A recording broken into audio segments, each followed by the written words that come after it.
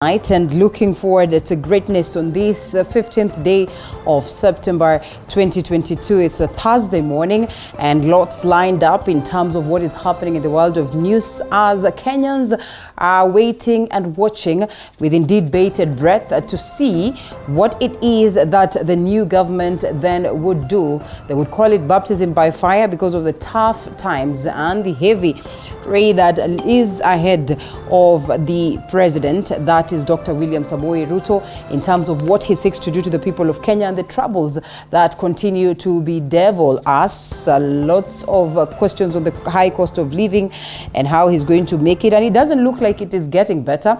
Well, the situation then toughens as the fuel crisis is here with us and with him. Just how is he going to create this balance? Having spoken last week to say that he will make sure that he addresses this question of the high cost of living for the people of Kenya. But just how possible is it inheriting a government that really has also not performed so well in terms of how it has handled its economies? That's what we'll be looking at this morning.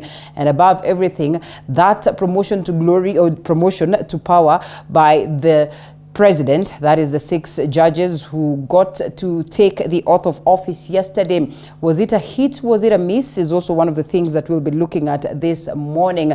But also, when I talk about promotion to glory, another story that has been captured here as to a lady who really passed on, and questions are asked as to what really could have informed this, or who is this that really wanted this lady dead. And so that is one of the things that we'll be looking at. And most importantly, looking forward to hear from you. The hashtag, as always, is Morning Café at Lindah Alela TV47K is how you get to interact with us, and we sample some of your comments as we continue with the broadcast. Later on, I'll be having gentlemen, 4 of them, that will help us decipher on these matters as we ask just what way forward for the country. Welcome on board. Please make sure that you're part and parcel of this conversation. And once again, my name is Lindah Alela. The broadcast right here on Morning Café begins right away on the home of untold stories. The papers this morning, the Daily Nation, the People Daily, as well as the Standard newspaper. The Daily Nation speaks of 6 promoted judges to take oath of office, and they did take the oath of office yesterday. A story captured on page 6. Justice Aggrey Muchendu, Justice George Odunga, Justice Joel Ngoge, Justice Weldon Korir, as well as Justice Judith Omange and Justice Makori Evans Kiago. These ones were so lucky that, this is the first assignment that has been conducted by the very president that was elected and sworn in on the 13th of September, declaring that these ones, he is going to make sure that they take the oath of office. They had not been lucky enough to get this 3 years down upon that declaration that they should join to this level of appointment. But then again, President Uhuru Kenyatta, in his own wisdom and citing integral issues, said that he is not going to get them to swear in. Just what informs this, and what really could have been the intelligence behind the same act by President William Samoei Ruto, is one of the key things that I'll seek to understand from the gentlemen that we'll be having on a set this morning. And they call it baptism by fire as Ruto faces fuel crisis. One of the stories also captured on the front page. It's a delicate balancing act to control spending and a peace-weary public. A story of the cost of living for the people of Kenya. And the president had a busy first day in office and in State House, holding meetings with foreign guests who attended this inauguration and also witnessing the swearing in of 6 judges his predecessor refused to appoint. He concluded with crucial talks to confront his immediate dilemma yet: how to check runway fuel prices without a costly subsidy. A story captured right there, a price that is bound to shoot up. And indeed, this then will cut across all the commodities, because we understand the crucial role that the roads and that the vehicles, that fuel then would play in our lives. And who wanted her dead? Lucy Ng'endo, a 22-year-old University of Nairobi student, was to graduate at the end of this year.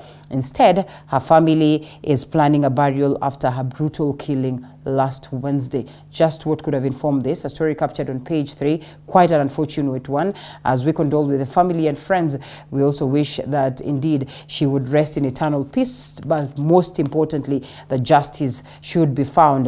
The SGR and the cost of President Mombasa's port move, and of course, while Mombasa relishes booming business following return of the cargo clearance at the port, well, the standard gauge railway freight service will take a major hit, and taxpayers will definitely feel the pinch. This is captured on the back page of the Daily Nation.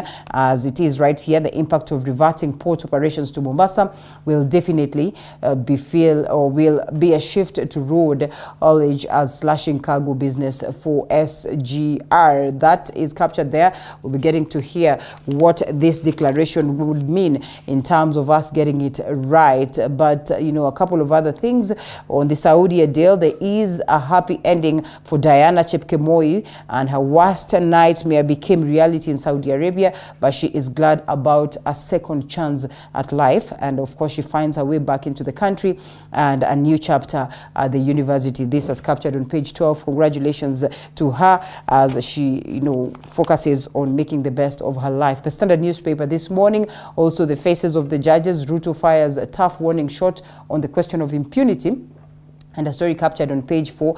And of course, we have the faces of those judges that were sworn in alongside the presence of the judiciary, and we seek to see just how well and how good he will make his promises to make sure that the judiciary or the judicial system then is strengthened in the country for purposes of us addressing impunity, and most importantly for purposes of us enjoying then the aspect of justice. Fears of maize flour shortage, a story captured on page 23.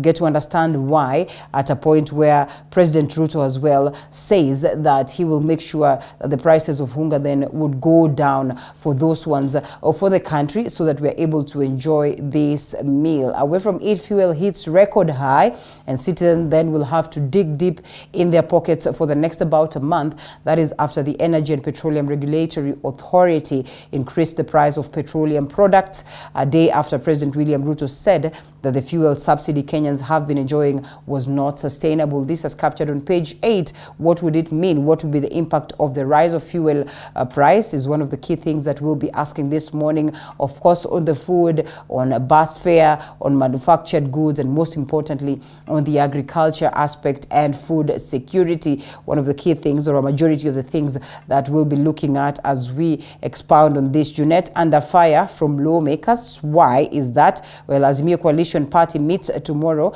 and that is to decide if parliamentary leadership, however, members of parliament are expressing the aspect of opposition to Junet's candidacy for any house leadership, as captured on page 7, and we'll be looking at that. Also on the national aspect, there is that fight to give men 91 days paternity leave. It will be interesting from the 14 days, that is up from 8. A story captured on page 3 of the Standard newspaper. Just how important would that be for the mothers and for the men themselves?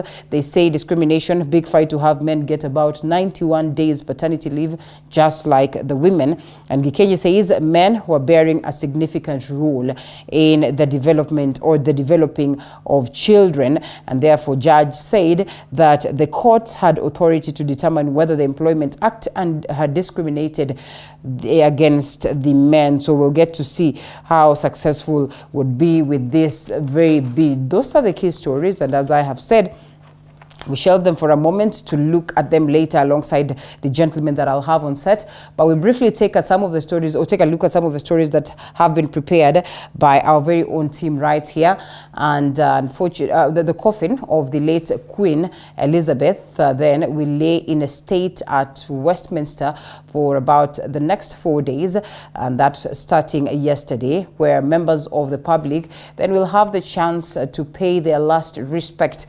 And also, as Stanley Nyarigita reports, Her Majesty will be laid to rest next to her husband, Prince Philip, next, that is on Monday, and in the King George Memorial Chapel. The coffin carrying the remains of Queen Elizabeth II, adorned with a royal standard and the imperial state crown, was meticulously pulled by a gun carriage of the King's Troop Royal Horse Artillery during a military procession from Buckingham Palace, where the coffin was lying in rest, to the Palace of Westminster Wednesday, in protocols that are deep-rooted in the monarch history.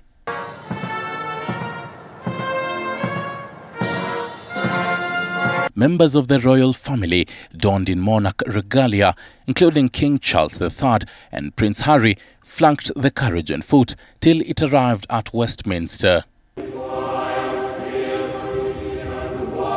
Here, the synchronization of the military and religious traditions intertwined in the room that was filled with a somber mood. The coffin, which was placed on the catafalque, will lay in state for the next 4.5 days, starting Wednesday, even as members of the public get a chance to pay their respects. After the politicians had their maiden opportunity to offer their respects, a service was held by the Archbishop of Canterbury, Justin Welby. In the last day, when all things are gathered up in Christ, we may with them enjoy the fullness of thy promises. Through Jesus Christ our Lord. As clearly outlined in the Operation London Bridge, the codename for the plans for the Queen's death, the burial protocols will see Her Majesty's coffin lowered into the royal vault before being interned in the King George VI Memorial Chapel, located inside St. George's Chapel next to her husband Prince Philip on Monday, the 19th of September 2022. This will be followed by a committal service. King Charles III and the Queen Consort Camilla will be in attendance along with the rest of the Queen's children. Other world leaders are also expected to grace the ceremony, which will be pompous, somber and colorful. All right, family in Ndeiya village, Limuru, Kiambu County, is calling for justice after their sons were brutally murdered early last week. And as Elizabeth Atieno reports, the badly mutilated bodies of the two brothers were found in Joska area, Nairobi County, just a week after they went missing. In Ndeiya village, Limuru, Kiambu County, pain, sorrow and despair engulfed the home of Joseph Kimani for 10 days now after losing two of his sons in an alleged murder incident. Tunazika watoto wawili. Kwa nini? Why? Our question is why? Kwa nini wauawe? 26-year-old Johnson Karuga and his 24-year-old brother Kevin Kimani were last seen on the night of September 4th at a nightclub in Nairobi's Kamulu area where they were watching a football match. Ile mambo tunasikia inasemekana hawa watu walikuwa wameenda kuwatch mpira ya on Sunday, na wakitoka kuwatch mpira hiyo mambo ndio ilitokea. Tunasikia fununu ni kupigwa, walipigwa na wale watu sisi wenyewe hatujawajua. The two did not return home, and when their father Kamau tried to contact them, his efforts proved futile as their phones were switched off. A week later, the family received very disturbing news that the badly mutilated bodies of Karuga and Kimani were recovered near a bridge in Joska area, Nairobi County, and taken to the city mortuary. Mambo na haki itendeke. Polisi wafanye ile kazi inafaa. Na hii serikali mpya, shauri mambo yangu imefanyika, watoto wangu wamefanyiwa hii kitu na hii serikali mpya. So we are appealing to the new regime to ensure that these kinds of incidences remain to be a thing of the past. And we are hoping that they will take swift action and bring justice to this family, bring justice to the father, and Kenyans in general. Post-mortem results have established that the two sustained serious injuries after they were hit by a blunt object, leading to a blood clot. According to the post-mortem reports, we are told that they suffered multiple organ failure due to blunt injuries. And this is no way for any young man to lose his life. Kiangalia vile maneno iko, baba yao amekuwa akifanya kazi ya kulima, na unaona ukiangalia shamba vile jua imewaka Ndeiya, hakuna kitu kama hiyo. Tukienda kutoka hapo, mama yao ukiangalia hapa haumuoni, ako hospitali Kenyatta, amelazwa huko kwa miezi 2 juu ya mtoto wao mdogo amekuwa mgonjwa na amelazwa Kenyatta hospitali. Na bado hiyo ni bili ingine na iko huko, bado tu ni sisi inaangalia. This incident has prompted Haki Africa, who visited the affected family, to call for speedy investigations into the tragic incident. So our concern is that the killers are still walking scot-free in our communities. No person has been arrested. Over a week later, no single person has been arrested over this incident. Na ndiposa tunaomba serikali na haswa DCI, tafadhali waingilie hii maneno, ndiposa tujue kiini ya hizi maneno.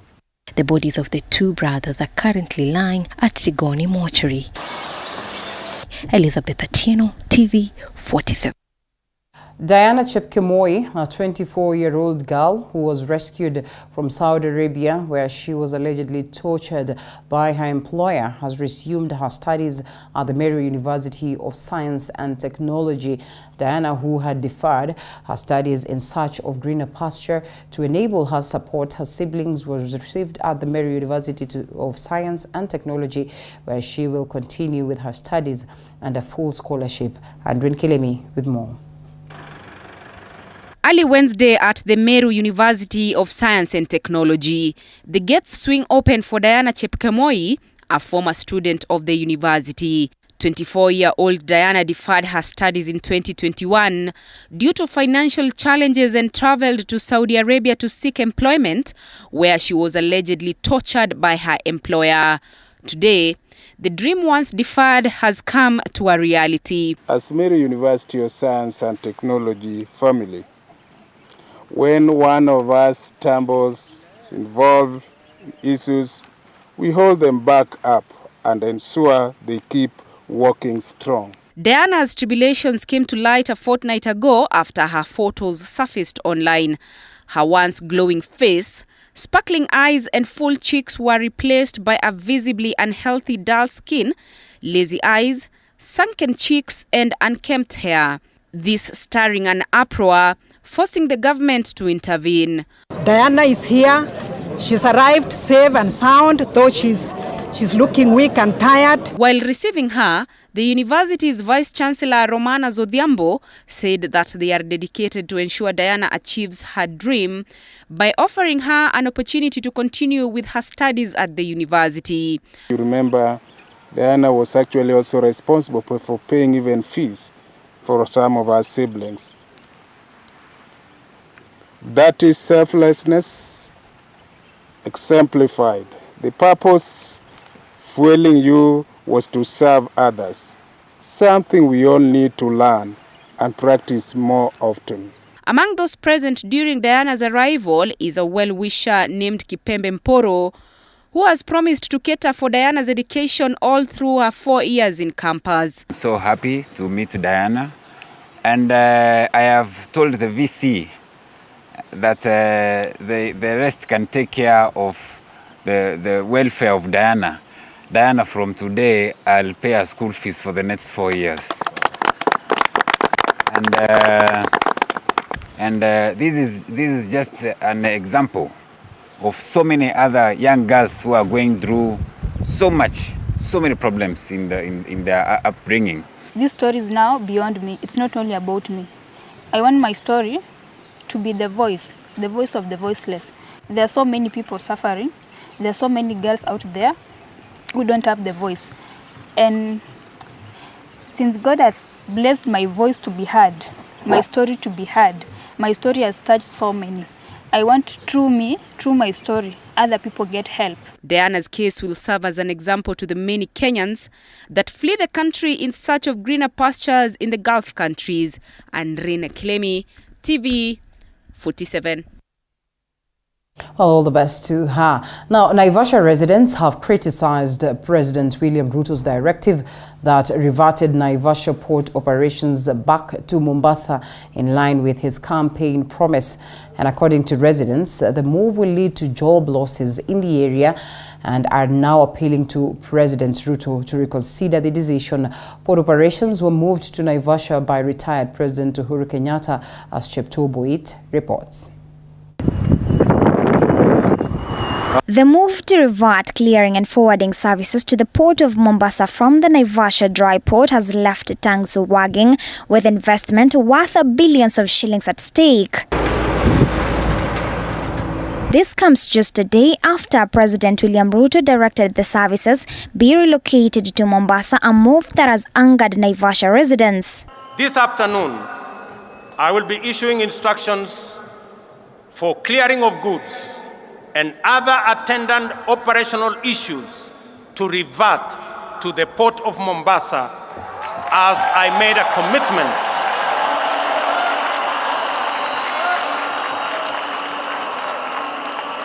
to Kenyans.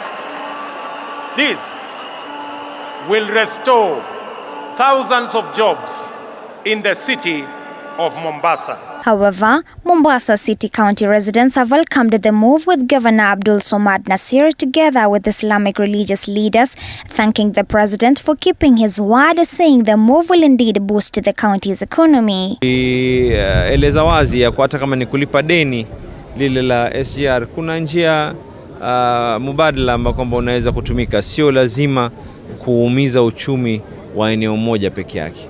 Sio lazima kuumiza uchumi wa eneo moja peke yake. Na hili ni jambo kwamba tulikubali na tulikaribisha. Kuchukua majukumu ya kutekeleza ahadi aliyoitoa kwamba akichaguliwa kuwa rais, kitu cha kwanza ataregesha huduma za bandari katika kaunti ya Mombasa, na hilo tunashukuru amelitenda. However, Naivasha residents have criticized the move, terming it as a major blow. Those we spoke to said many residents will lose their jobs and have urged on President Ruto to reconsider his decision.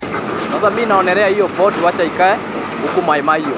Hata wale watu walikuwa wameinvest huku Maimaio, kuna mtu amejenga, sasa tena itabidi na yeye atafute kazi nyingine. Ni wako na matarajio ya kupata makazi huku. Sana sana sisi vijana ni wengi sana.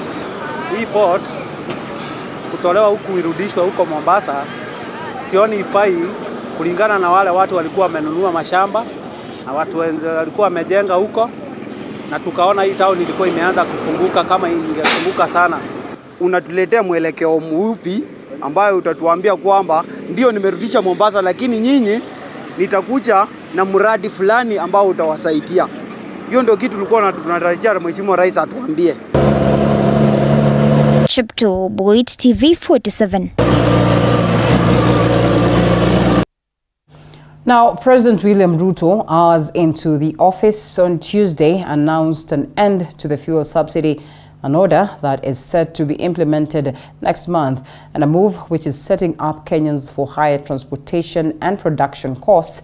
And in his speech, President Ruto said Kenya's economy cannot sustain the fuel subsidy.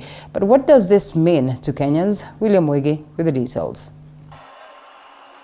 In his inauguration speech, President William Ruto dropped a fuel subsidy, stating that the economy cannot sustain the current subsidies put by the previous administration in the coming months. President Ruto left many Kenyans guessing his short-term move in a bid to deal with public concerns about the high cost of living, albeit acknowledging the cost of food and transportation was unaffordable to most households. Ruto hinted on to a policy shift that may see him leave the prices of food and fuel to be determined by the market forces of supply and demand, at least in the near term. The removal of fuel cost stabilization program could see pump prices shoot above 200 shillings per litre for the first time. Consumption subsidy interventions are prone to abuse. They distort markets and create uncertainty, including artificial shortages of the very products they seek to subsidize. The government has since April last year spent an average of 9 billion shillings to subsidize on diesel, super petrol and kerosene cost, which rose to an average of 12 billion shillings in the last 4 months alone, highlighting the adverse impact of intervention on the country's revenue.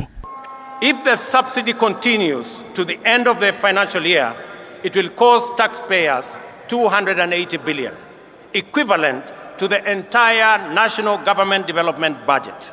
fuel inflation was the key driver of overall consumer prices in Kenya in the past year due to higher palm prices. Ruto making it clear that his new administration will ease high food inflation by subsidizing the cost of farm inputs. He made no reference to the direction he will take in lowering the cost of fuel, which is partly driven by global factors. Our strategy to bring down the cost of living is predicated on empowering producers. The forecast for maize harvest this year is below 30 million bags against a normal production of 40 million bags. The main cause of the decline in production is the high cost of farm inputs.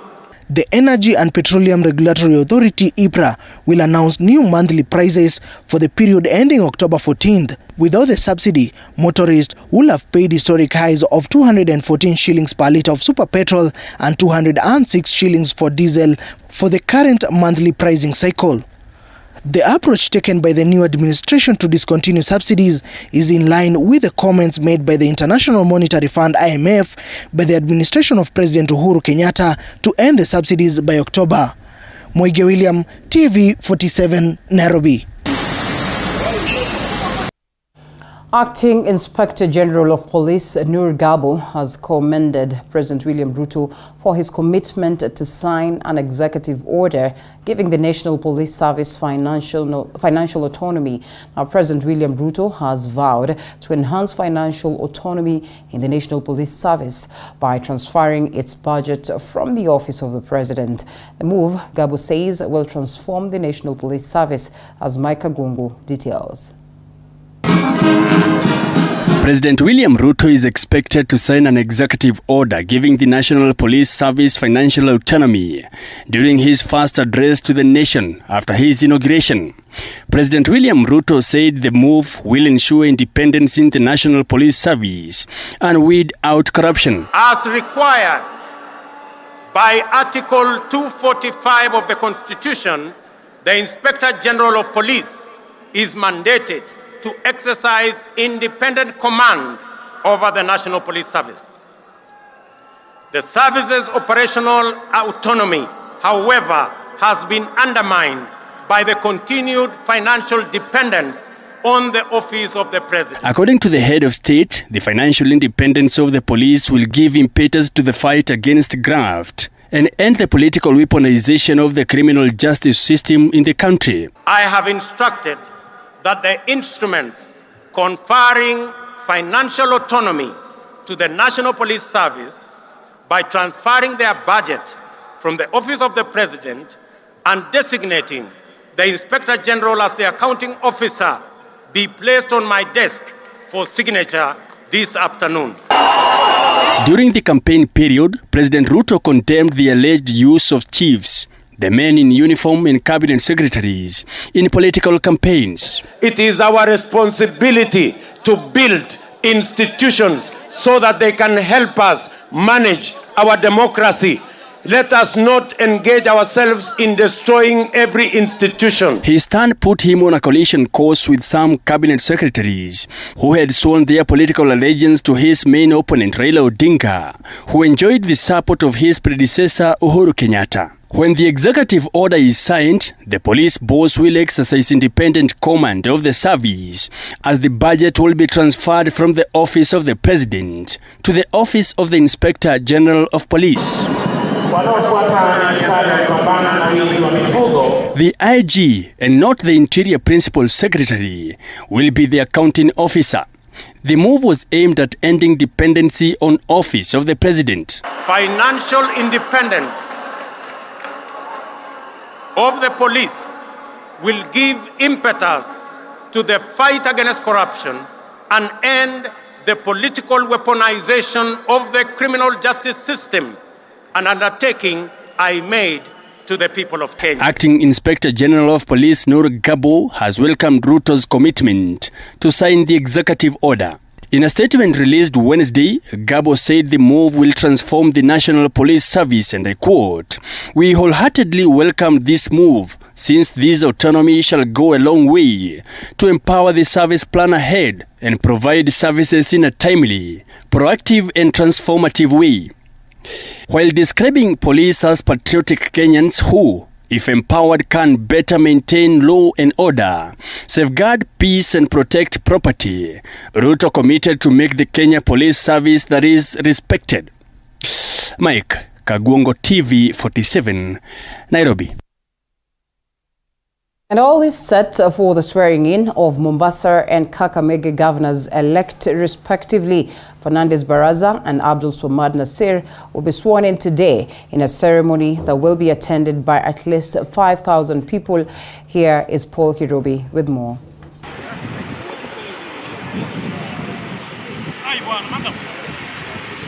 On Thursday, 15th of September, the two governors-elect Fernandez Baraza of Kakamega and Mombasa's Abdul Swamad Nasir will take their oath of office following the election on the 29th of August in Kakamega County. The ceremony that is scheduled to take place between 10 a.m. to 2 p.m. will be held at the Bukungu Stadium, with over 5,000 people expected to grace the occasion. Tumepatiwa pia kiwango ambacho tunaweza tumia kutoka control of budget kiwango cha milioni 8 peke yake. Ikishia wananchi wote kwamba tumefanya juhudi zote za kuhakikisha usalama wa mahali function ama sherehe ya kesho itafanyikia hapa kwa stadium na mahali ya reception na hata kaunti mzima ya Kakamega. Dignitaries and visitors have been advised to arrive at the venue on time. The outgoing Governor Wycliffe Oparanya, who has served for 2 terms, will be expected to hand over instruments of power to the incoming Governor Fernandez Baraza, who won under the ODM ticket. All logistics are in place, starting from, like I've said, representatives coming from the 12 sub-counties and also from other places in this country. We have facilitated them. Then we'll have a sitting here. This stadium should be able to accommodate as many as possible. Wale watakuwa wanaingia kwa sherehe ya kesho kufika mapema kwa sababu tutakuwa na security checks kabla waingie. The Ethics and Anti-Corruption Commission says it will send representative to witness the signing of integrity oaths by the two governors. In Mombasa County, the chairperson of the transition of the committee, Job Tumbo, says the ceremony has cost the taxpayers 6 million shillings. Wengine watabaka mbalimbali, magavana, wabunge, members of the county assembly na wengine ambao sitaweza kuwataja hivi saizi. Lakini wako ma VVIPs ambao kwa hapa, kuna ma VIPs, kuna dignitaries katika hafla hii ya kesho. Kwa hiyo matarajio yangu ni kwamba kulingana na maandalizi ambayo tumeyafanya, sherehe ya kesho itakuwa ni ya kufana. The ceremony will take place at the Mama Ngina Waterfront. Mombasa Governor-elect Abdul Swamad Sharif Nasir has assured residents that his government will address key issues affecting them, including licenses for traders. Nasir further commended President William Ruto's directive of returning port operations from Naivasha dry port to Mombasa. Amri iliyoweza kutolewa na rais ya kwa huduma za bandari ziweze kurejeshwa ni jambo ambalo kwamba tunalikaribisha, ni kitu tumepigania kwa muda sana. Na tulieleza wazi ya kwamba kulipa deni lile la SGR kuna njia mubadala ambao kwamba unaweza kutumika, sio lazima kuumiza uchumi wa eneo moja peke yake. Abdul Swamad Sharif was elected on an ODM ticket, a party that is dominant in the coast region. He takes over from Ali Hassan Joho. Paul Kirobi, TV 47. Thank you, Paul, for that. Now, a showdown looms today as governors meet to elect the chairperson of the Council of Governors. And this will open another battle between Azimio la Umoja and Kenya Kwanza coalitions as they seek to control the powerful body. And the newly elected governors converge in Mombasa, that is from Thursday today to Saturday, for induction. And also they are expected to elect the 6th chairperson. Another showdown is expected this week as the Council of Governors convene in Mombasa for a 2-day retreat, a meeting that is expected to culminate into the election of a new chairperson of the council. And just as it was witnessed in the elections of speakers of the National Assembly and the Senate, governors will most likely vote along their party lines. Notable governors seeking to clinch the council's leadership include Anne Waiguru of Kirinyaga, Joseph Olelenku of Kajiado, Mandera's Mohamed Edan Halif, and Makueni's Mutula Kilonzo Jr. They face off in yet another battle for numbers, bearing in mind that Kenya Kwanza and Azimio One Kenya coalitions have a close tie of 23 elected governors each. The governors are, however, pushing for consensus contrary to a majority vote. Of the 47 elected governors, 11 retained their seats, 28 assumed office for the first time, and 8 are pioneer governors who recaptured their seats after losing them in the 2017 general election. The Council of Governors was formed to serve the interest of the devolved units, and since its inception, there have been 5 chairpersons, that is former governors Isaac Ruto, Peter Munya, Josephat Nanok, Wycliffe Oparanya, and the immediate former Martin Wambora. Also set for the election are chairpersons of various subcommittees and the whip.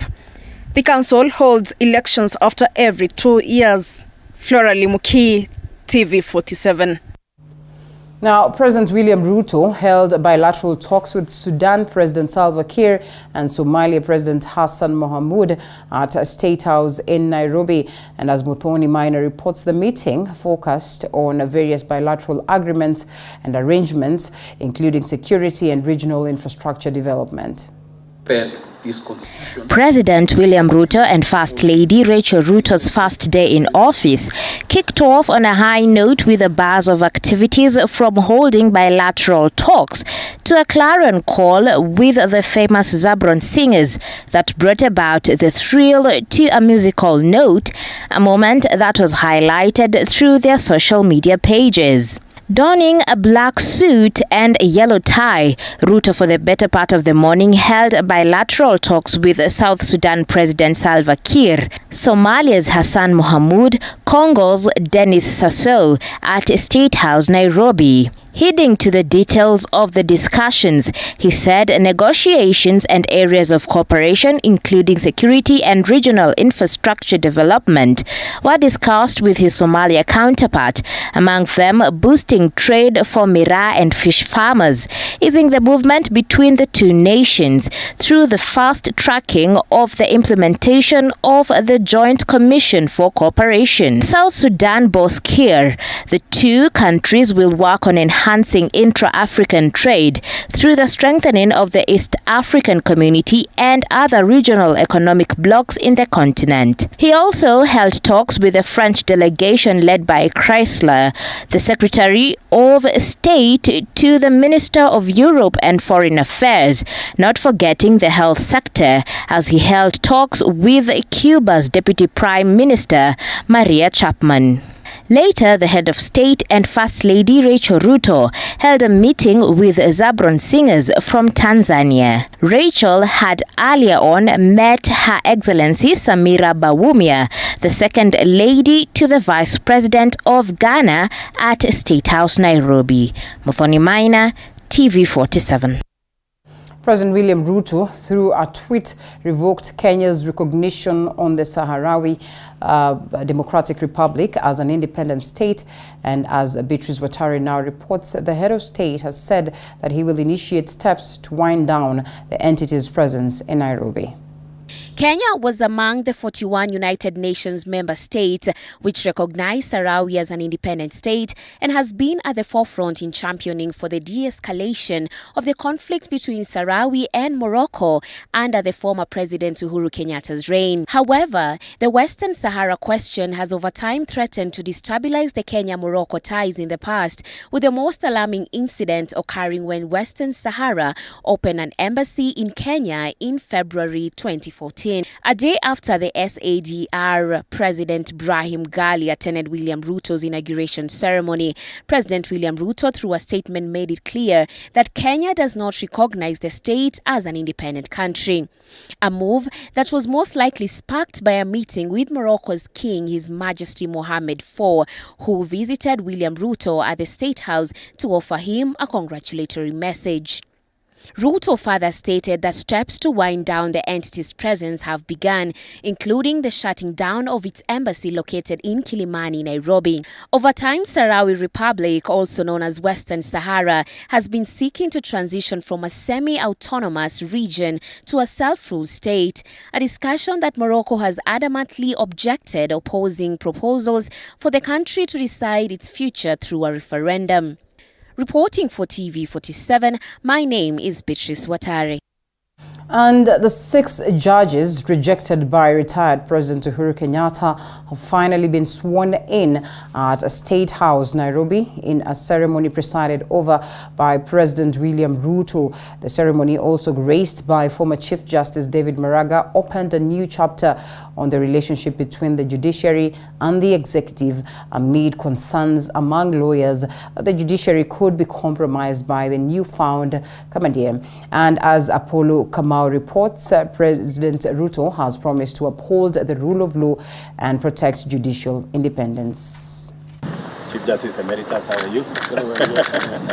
After a 3-year wait in the cold, exacerbated by a standoff between retired President Uhuru Kenyatta and former Chief Justice David Maraga, I, Muchendu Agri Otsiula, Judge of the Court of Appeal, do swear. 6 judges, 4 headed to the Appellate Court and 2 to the Environment and Land Court respectively, were finally sworn in at State House Nairobi on Wednesday in an event presided over by President William Ruto and graced by Chief Justice Martha Koome and her predecessor David Maraga. Ruto recognized the agony of the 6 judges, whom Kenyatta said failed to meet the required threshold. I know the judges here have waited a bit longer than they should, but I think all that ends well is well. The ceremony, the first of its kind under President Ruto, opened a new chapter between the 2 arms of the government, with Ruto committing to protect the independence of the judiciary and fight impunity, contrary to President Kenyatta, who often clashed with Maraga for disregarding court orders. Even as president, I have limitations, and I should respect those limitations. And all other arms of government have their limitations, and we must all live within the bounds of our mandate so that we can have a country that is based on the rule of law. Let me repeat again, it is the rule of law, not the rule of man. The reset of relations between the judiciary and the executive raised the alarm among a section of the legal fraternity who are now fearing the judiciary might be compromised due to executive goodies. To us already, we are starting feeling that the executive wants to go in bed with the judiciary. Is there an intention to subvert the rule of law? Who will protect Wanjiku? Maraga had accused Uhuru of creating a backlog of cases for failing to appoint the judges. President Kenyatta suffered a series of setbacks during his reign, among them the nullification of his victory in 2017 and the BBI process meant to amend the constitution, which the court declared as illegal. True to his word, President William Ruto has lived up to the billing on Wednesday's swearing in of the 6 judges, marking a new chapter on the executive engagement with the judiciary, unlike during his predecessor's regime. Apul Kamau, TV47 at State House. All right, and from that very story, which again forms the basis of our conversation this morning, it is important that at this point then I introduce the gentlemen who've already joined us on set this morning as we await to get a hold of 2 more that will be joining us later. And this is a very, very important story as to how we get to forge forward. It wasn't a very rosy relationship between the executive and the judiciary that was years back, but then again it looks like the the current president, now Deputy President William Ruto, former on the other government, and now the president seeks to, find this camaraderie that, many would argue is a good move, but others then would also argue it is not. A renowned lawyer and also a legal mind who's been here long enough, that is Dunstan Omari, would tell you that he is not really comfortable with this kind of newfound friendship. I have seen also Manyora arguing that this was not a wise move, first of all, for President William Ruto to proceed and swear them in, oblivious of what it is that his predecessor has raised as a concern. But many as well have said that by the time President William Ruto decides to have them sworn in and admitted to office, it's simply because he has perhaps done his due diligence. Gentlemen who are in studio with me this morning, none other than Dr. Peter Mbae, who's a governance expert, as well as Peter Muchendu, who is a governance expert as well. Gentlemen, the two Peters on set. Wise move. I know that you people are friends of the current government, and therefore let us be objective for a moment. And I'm not trying to say that we should sway our arguments on a certain direction, but in your own opinion, a wise move, Dr. Thanks so much. Thanks so much to the viewers. This is what I would say. We speak on, I'm strong on leadership and governance. Yes. As a consultant and expert. And so I talk about governance and in governance. We are all Kenyans, so we have to talk about these things from a very objective perspective. Let me say this from the word go.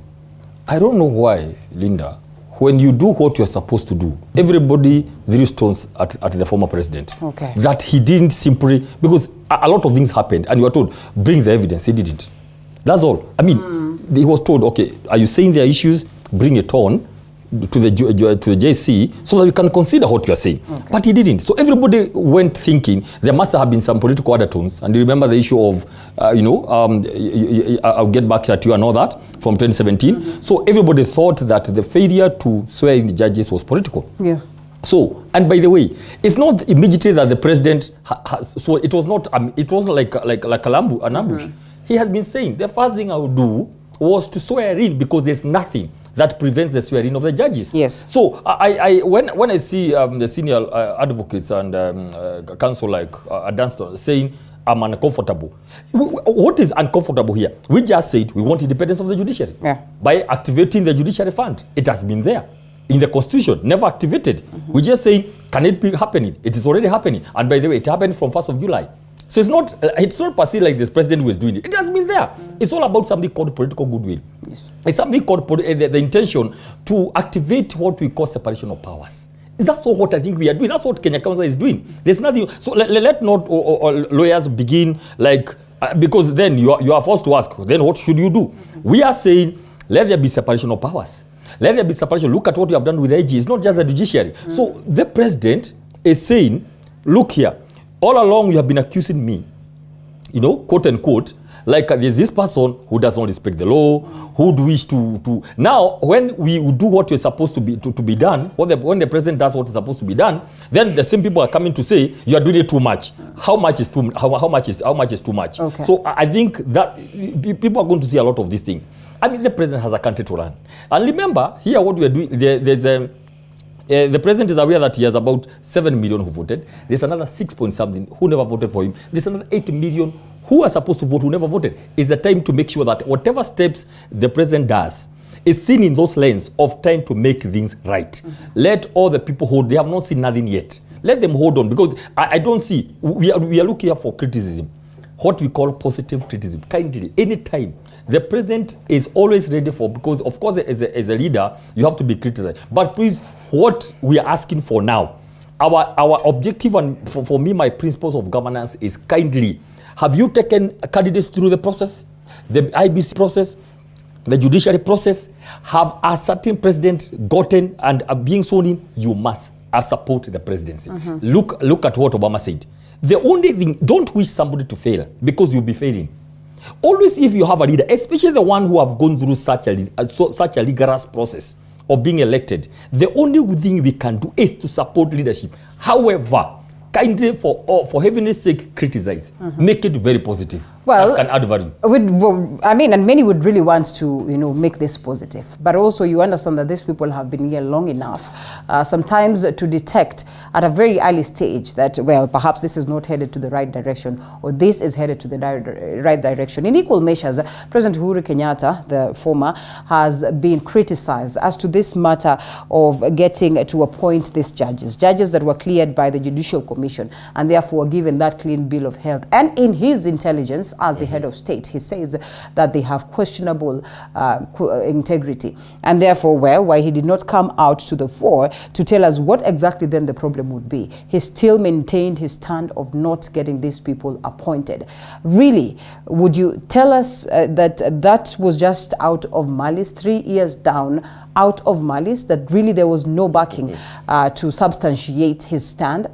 Well, we have been here long enough, and I've seen my friend Omari talking about the government going to bed with the judiciary. But I don't think that is the case. Well, look at the judges that His Excellency the President refused to approve for appointments.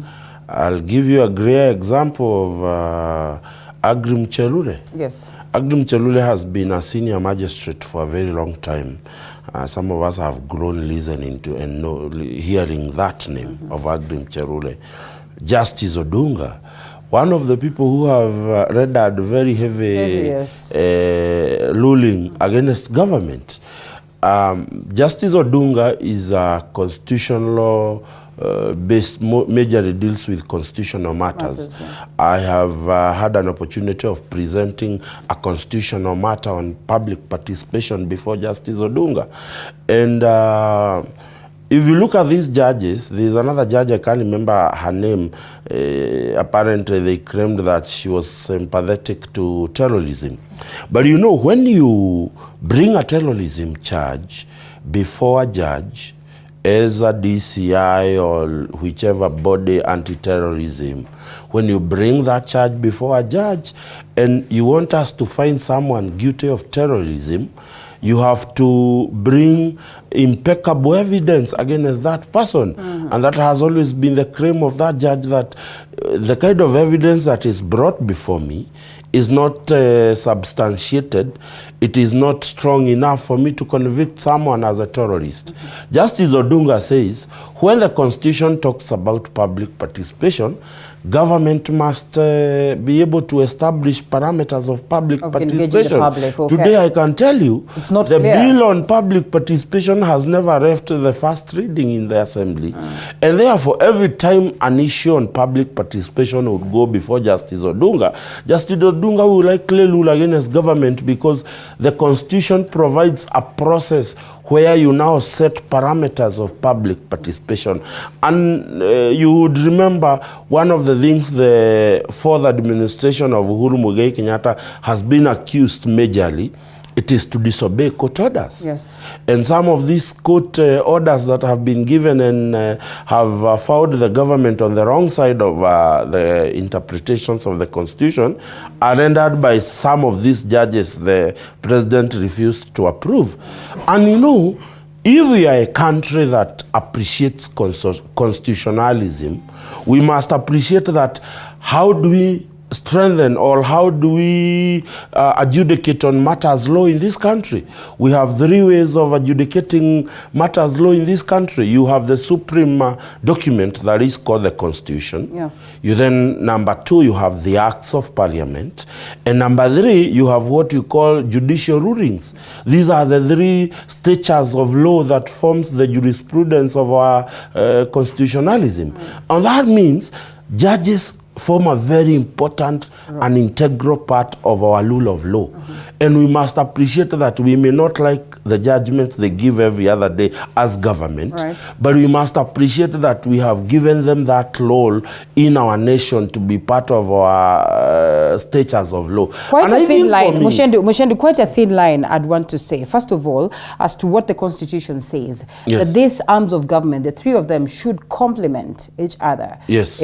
Also, quite a thin line when we're talking about the question of independence. That while they should work, independently, it is very, very important that we look into the matter to make sure that there's not the aspect of contempt. I mean, there's not that aspect where you would say that they're also, in bed, perhaps working in tandem to levels where that, this then becomes a little bit uncomfortable and unfair in dispensing justice and upholding the rule of law for purposes of this. And that's why maybe fingers were pointed to the likes of the former government anytime, they appear to act as a purge on the judiciary based on the ruling that was there to nullify this. But then, how do we then get to segregate this clear line that yes, the judiciary should be allowed to work independently as an arm of government, but equally there should be some level at which they complement each other as, But one of the bodies that has been charged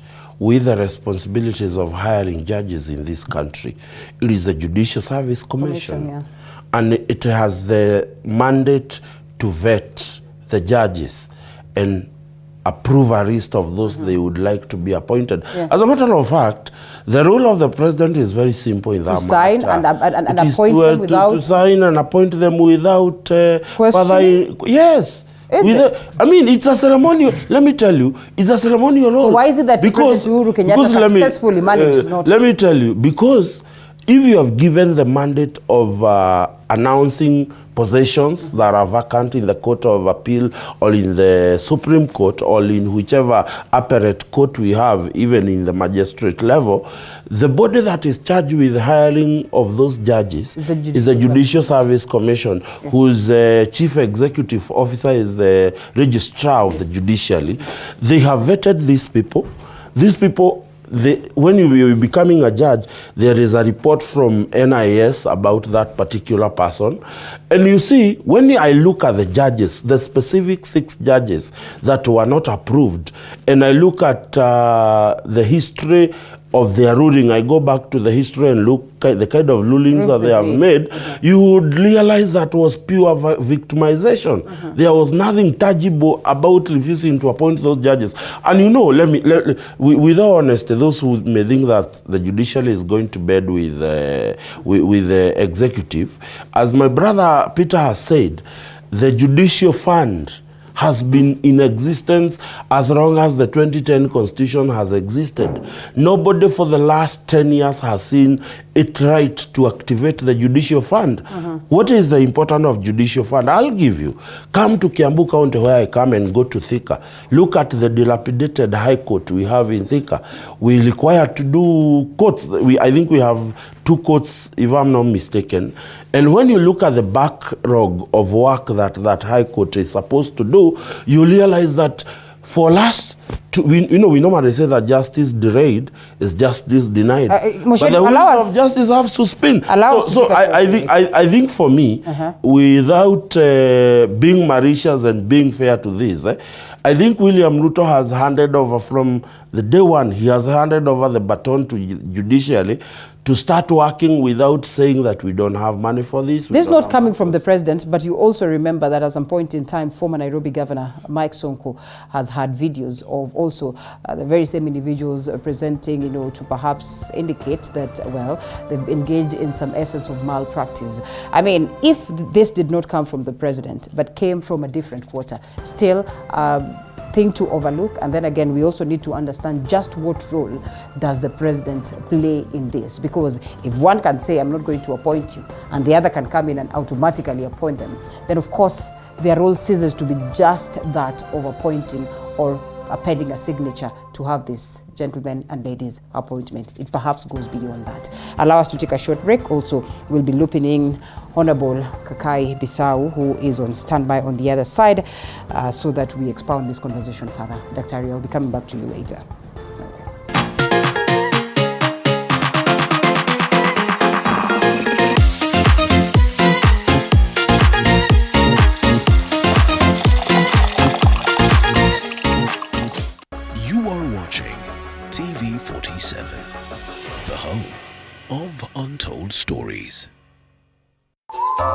Usiyakubalie maumivu ya misuli kukatiza ratiba yako.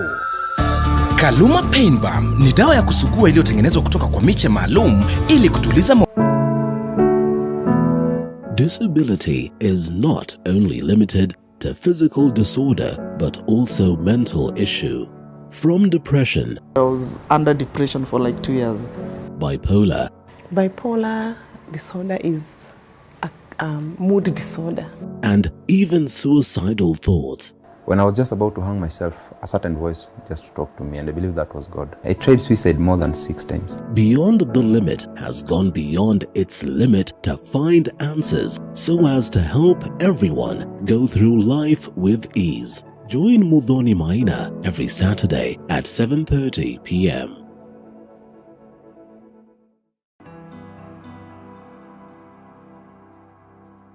Starting this September at 8:30 p.m. on Tuesday, The Realtor brings it all to perspective.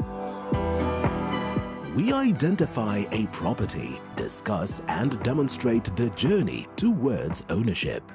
Professionals who have integrity, and from their catalog you can easily read that these are professionals who are able to deliver. Everywhere you go, you have to up your games, you have to go with the trends. Not forgetting the margins as well as the risks that come along. The runaway prices of the land. We are saying that it's something that we can never go without mentioning. Any developer will not go without mentioning price of land. Don't miss out.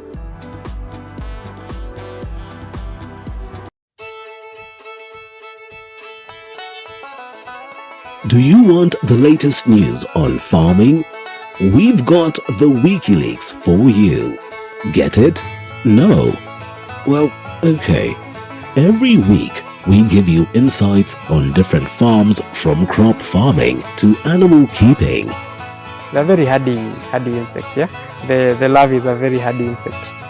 We look forward to having an optimum production in maybe about 5 years. Yes. Yeah. So we plant every week and we harvest every week. Join Violet Njoki every Sunday at 6:30 p.m. as we skooma the wiki. It's not all the time you have to read your farm. Sometimes it's of benefits.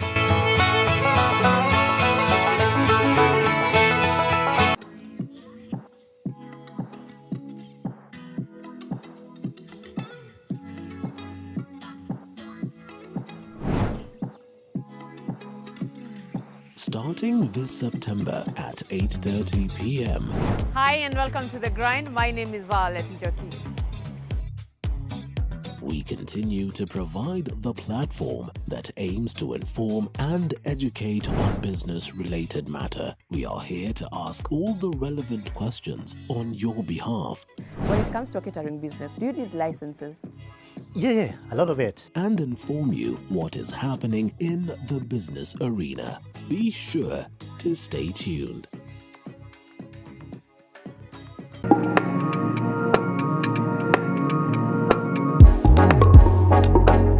All week, you look forward to the weekend. And we are here to help you make the most of it.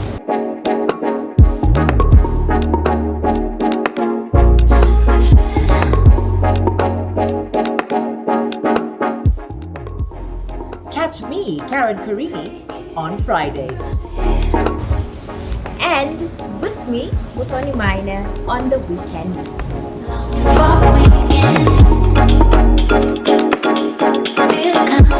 Of the map. And so this very morning, on the very fast broadcast of the day, we look at what the state of the nation is as we seek to understand what the new crop of leadership has in store for us. There's so much that President William Ruto is doing already as he gets into office. And some of these things we look at also as we acknowledge the importance and the contribution of the members of parliament. And in this new dispensation, the 13th parliament, very, very important also that we seek to understand what they present to us.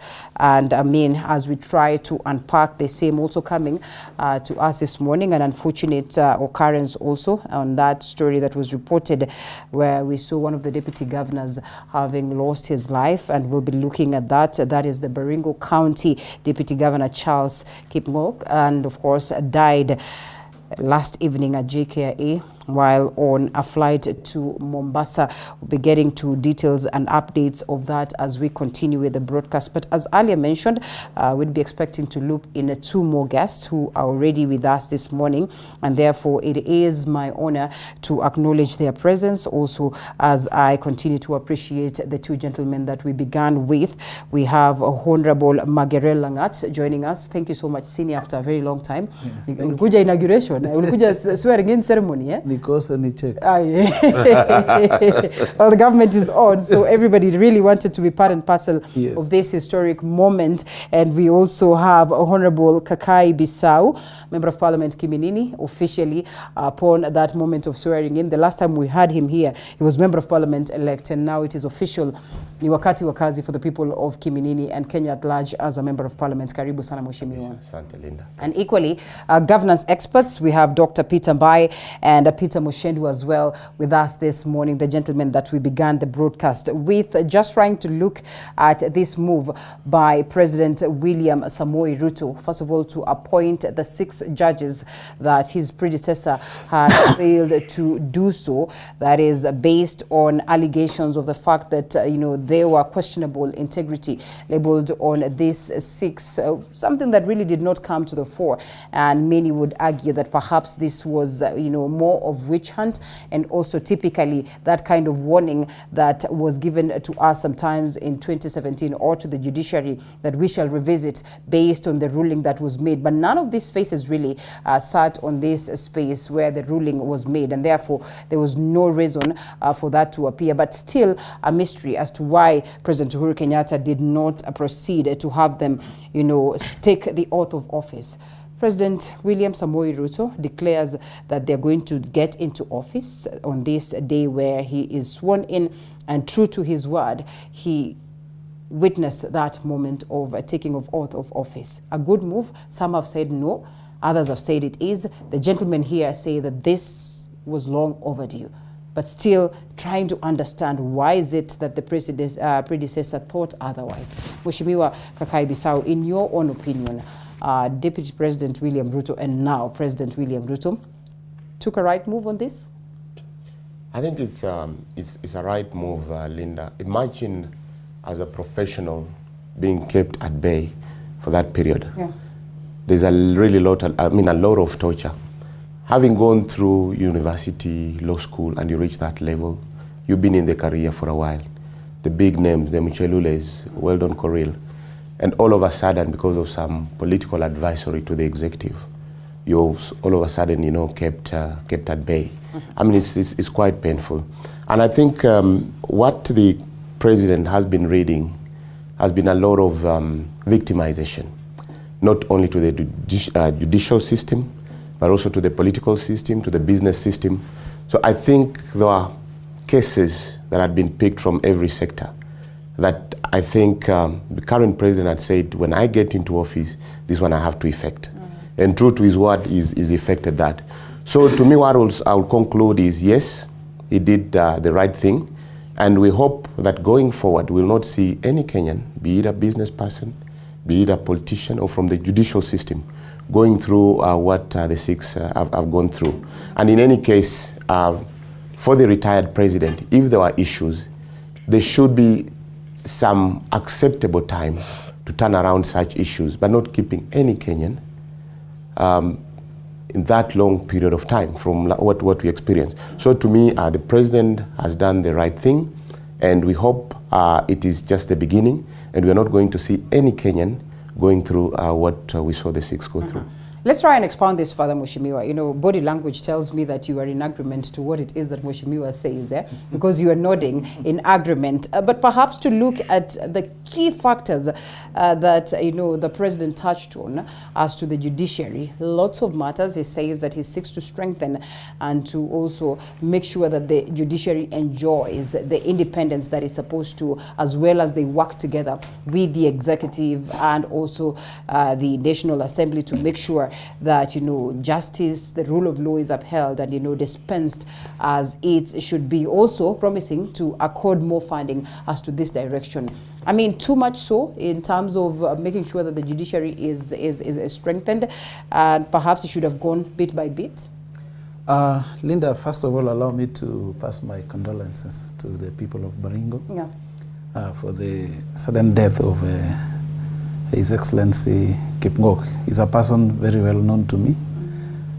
He's worked before in Kericho, and we've shared a lot in terms of corporate services before he went to be a politician in Baringo, which is his native county.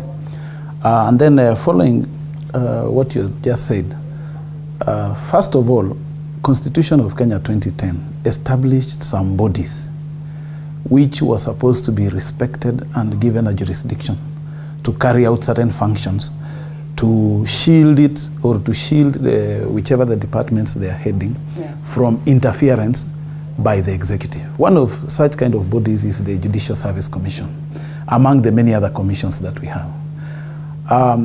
To me, I think retired President Uhuru was misinformed as to the reasons why he did not want to share, to swear in those judges.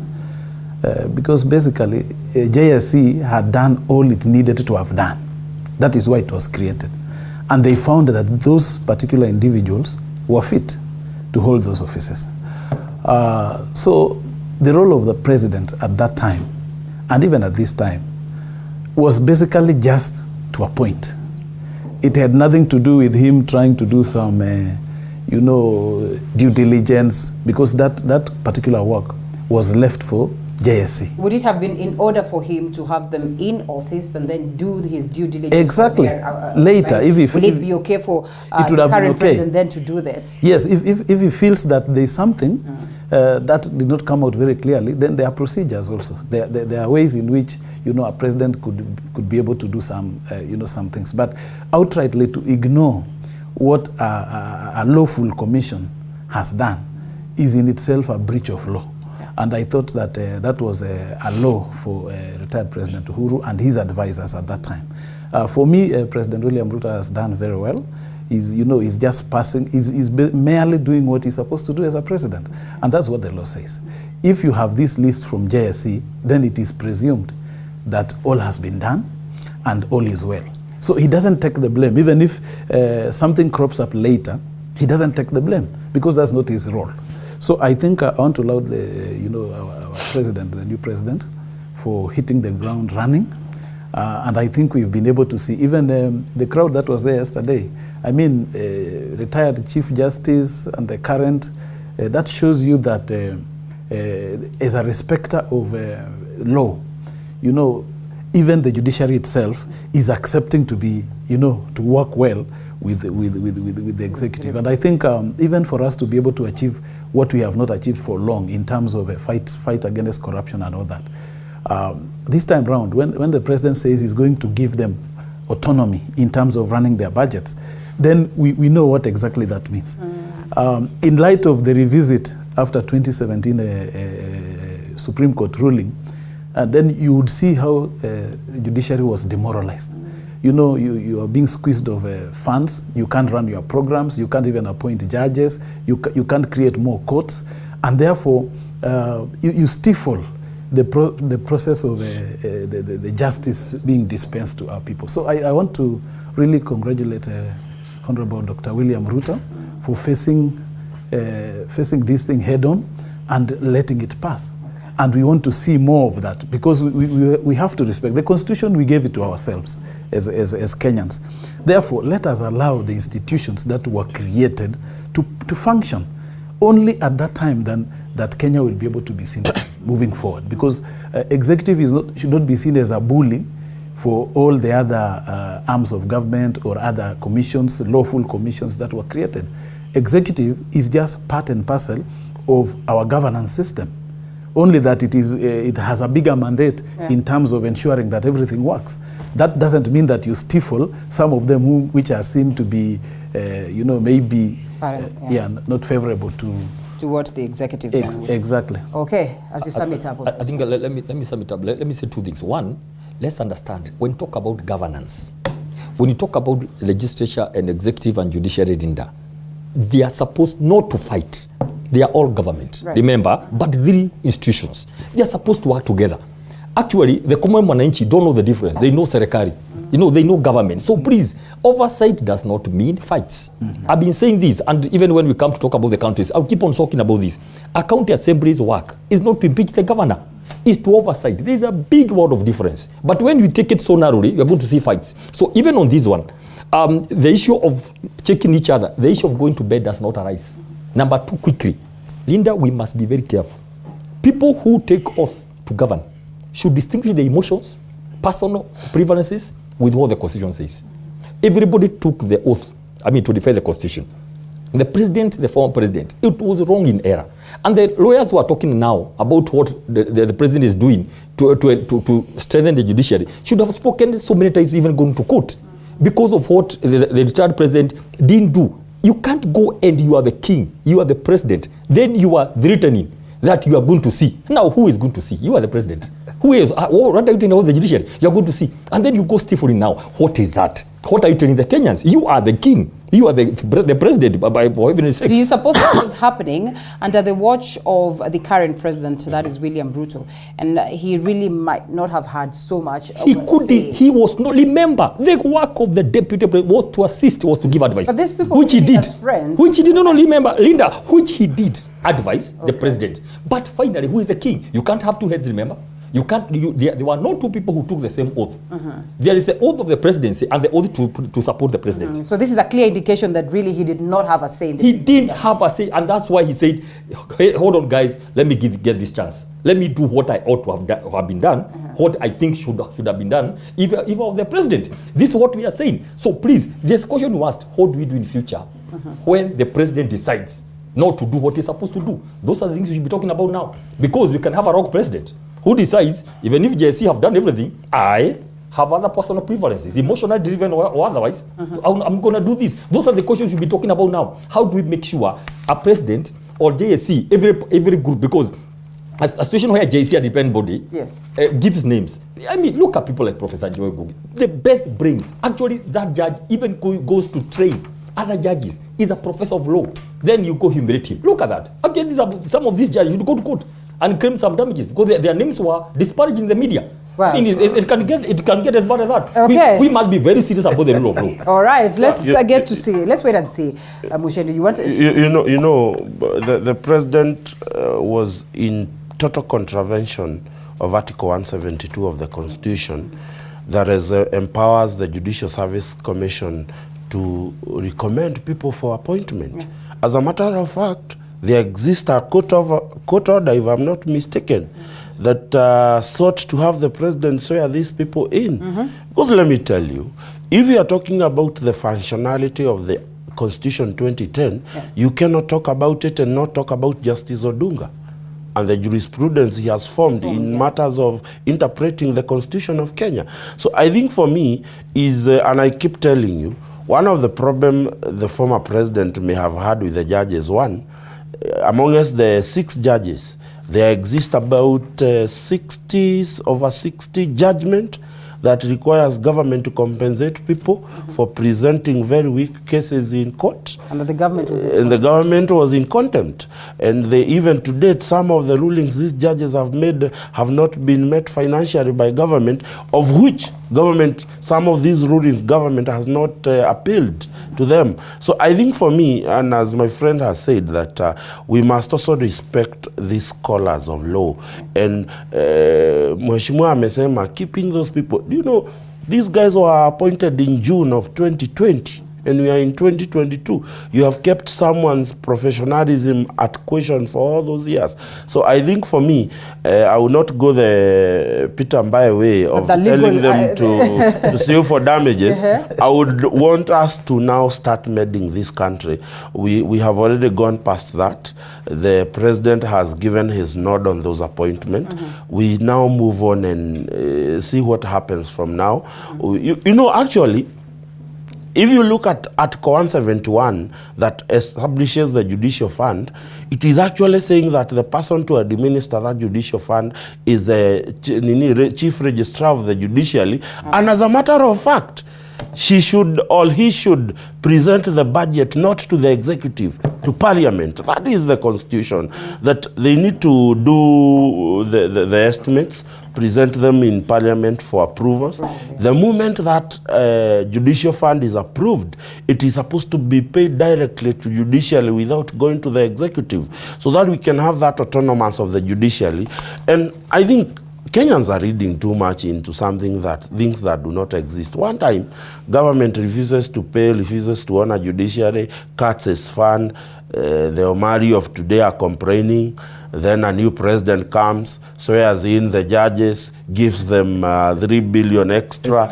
We are again complaining. What exactly do you want the government to do? But as if to rub it on the faces or on the face of his predecessor or his boss, outgoing president, indeed deputy has done pretty much of a surprise to us, right there telling him that, well, I will appoint these judges, equally saying that let's make adjustments on this talk of the port, let's make adjustments on the fuel subsidy, literally telling this man, this you got it wrong. This is my chance to also remind you that you got it wrong. But above everything, seeking to achieve something for the people of Kenya. Honorable Bisau, we come to that. But even before we come to that, allow me to read what it is that we speak of, so that we are in tandem for purposes of the people who are watching as to the Constitution, Article 171. It says there is established the Judicial Service Commission, and 2, the commission shall consist of the Chief Justice, who shall be the chairperson of the commission, 1 Supreme Court judge elected by the judges of the Supreme Court, and 1 Court of Appeal judge elected by the judges of the Court of Appeal,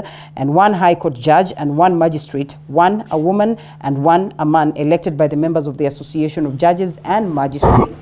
And it is the Attorney General, 2 advocates, 1 a woman and 1 a man, each of whom has at least 15 years experience, elected by the members of the statutory body responsible for the professional regulation of advocates. Sure. It says G, 1 person nominated by the Public Service Commission, and 1 woman and 1 man who represents the public, not being lawyers, appointed by the President with the approval of the National Assembly. 3, the Chief Registrar of the Judiciary shall be the Secretary of the Commission or to the Commission. Members of the Commission, apart from the Chief Justice and the Attorney General, shall hold office provided that they remain qualified for a term of 5 years and shall be eligible to be nominated for 1 further term for the 5 years, and not expounding so much so as to the question of the funding. I think that goes then to 172. We'd perhaps get a hold of the same. I have it. And perhaps look at some of the recommendation, pretty long. In the performance of the functions of the commission shall be guided by the following: competitiveness, transparency, process appointment, their promotion of gender, and a couple of other things in terms of recommendations as to what the president persons of appointment and judges should be. Let's not delve much onto that, but it's a matter that perhaps you'd look around there and get more details of the same. But Honorable Kakai, this is evident that there was so much that the deputy president then was looking at how the government is being handled, and he felt like, this is not right, but maybe at that time could not speak of it. But rubbing it, to the face of the predecessor and almost doing these things immediately. A nice move, perhaps to show the people of Kenya that he is up to task. Sure. A nice move, yes, but also lessons learned. You see, when we're talking about the question of the fuel subsidy, which he says cannot sustain the country and therefore adjustments should be made for this to be scrapped off, then immediately we get into a space where the prices of fuel shoot up. The common mwananchi would really understand this, that this perhaps is a long-term way of trying to manage the situation. Okay, just rolling back a bit, yes, 1 lesson learned. It tells us also as leaders, when you have a principal assistant, when he says something, please listen. Okay. Okay? And that has been demonstrated by President William Ruto by actually effecting what probably advised. Secondly, I would like to hope that, look, what has happened from that decision of appointing 6 judges, it set some precedents, and I think not just to the leaders, but let's say even to our parastatal. And that reminds me on a similar case, 3 years of about 88 staff at the KRA, who are also pushed out. The cases have been on and off. And we've got so many of those cases also in parastatals, and maybe even in counties where governors have taken such decisions. So I think it's the right time also we pick up from this and we move on. But most important, the question is the consistency. Going forward, yes, it's been started by the president, and my hope is it will be consistent also in other sectors, and for the other leaders also in other sectors to be able to pick up on that. Now, on the issue of the fuel, it cannot be fixed overnight.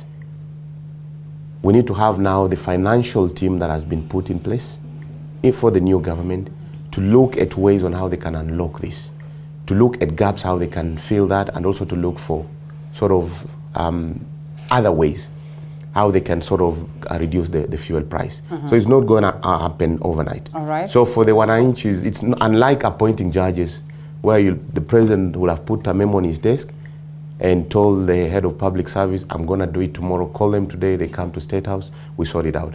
The issue of the fuel is going to take time. It will not be done overnight. So I just want to tell Kenyans, let them be prepared and give a bit of time for this government to try and fix that mess. It's messy, it's expensive. Sooner or later, I mean, people will start probably even walking to the office. But I hope the team is working overnight to try and bridge that gap. Okay. Because remember, fuel or logistics is what drives the economy, you know, in terms of manufacturing, etc., etc. So when fuel cost goes up, everything just shoots up. So I hope that the team on the Kenya Kwanza side, or the government, is banning the mid oil to ensure that there is a solution for this particular issue. All right. To answer the question on judiciary funding, it should be Article 173, speaks largely of what it is that you have articulated in terms of how it goes to the Chief Registrar of the Judiciary and to the House, and now, of course, the confirmation for the funds to be provided. Mheshimiwa, pretty much calculative, one would want to say, in terms of, you know, just showing the people that I am up and running and that this is going to be a better country. But don't you think then it needs a lot of calculating as to what then the president is doing, and especially on the key things that he touches on immediately, that, you know, the port transfer cases that have been there while this has been celebrated in Mombasa, the people of Naivasha are now crying foul. We've run a story there and they're calling upon the president to reconsider this very move. Just how calculative should he be as he looks into these matters that he'd almost want to address hands-on? First of all, Linda, let me take you back to our Constitution, Article 10, which talks about values. It touches more on the issue at hand, on why the retired president really did not consider appointment of those judges a priority or something that they needed to have done. So Article 10 talks about our values in relation to the offices that we hold. If you also go to, I think, Chapter 6, this one on leadership and integrity, it tells you a lot about, you know, what it entails. When you talk about responsibilities of leadership and assignment of, you know, authority to state officers, and how that authority is exercised. I mean, it is so clear in that leadership and integrity chapter.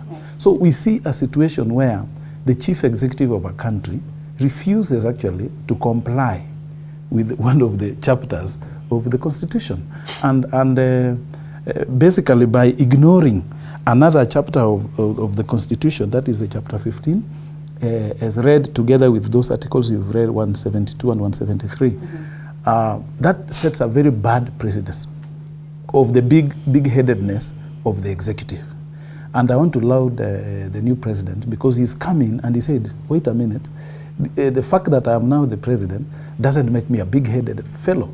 I mean, this Constitution is written for all of us, and we all abide by it. And you could see everyone saying that I swear to abide and to uphold. Those words are not just words. So we see a flaw in of course, the retired president. But most importantly, the person who is not being mentioned is the Attorney General. I thought the Attorney General is supposed to be the principal advisor of law to government, yes, and His Excellency. So that guy failed. And to me, that is the fellow who Dr. Mbae is referring to. He needs to be sued because he didn't do his job. Okay. The fellow who didn't do his job is the Attorney General, per se. Failed to advise the president. Exactly. Now, coming back to the issue of fuel, I agree with my friend here from Kiminini.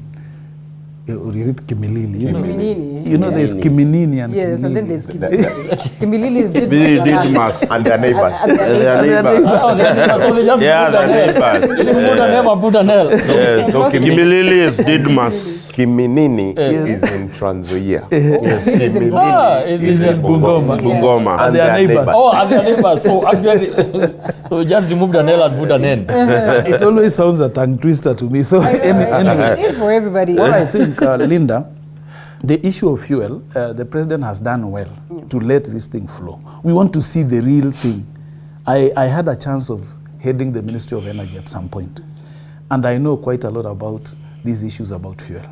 It's all filled with cartels.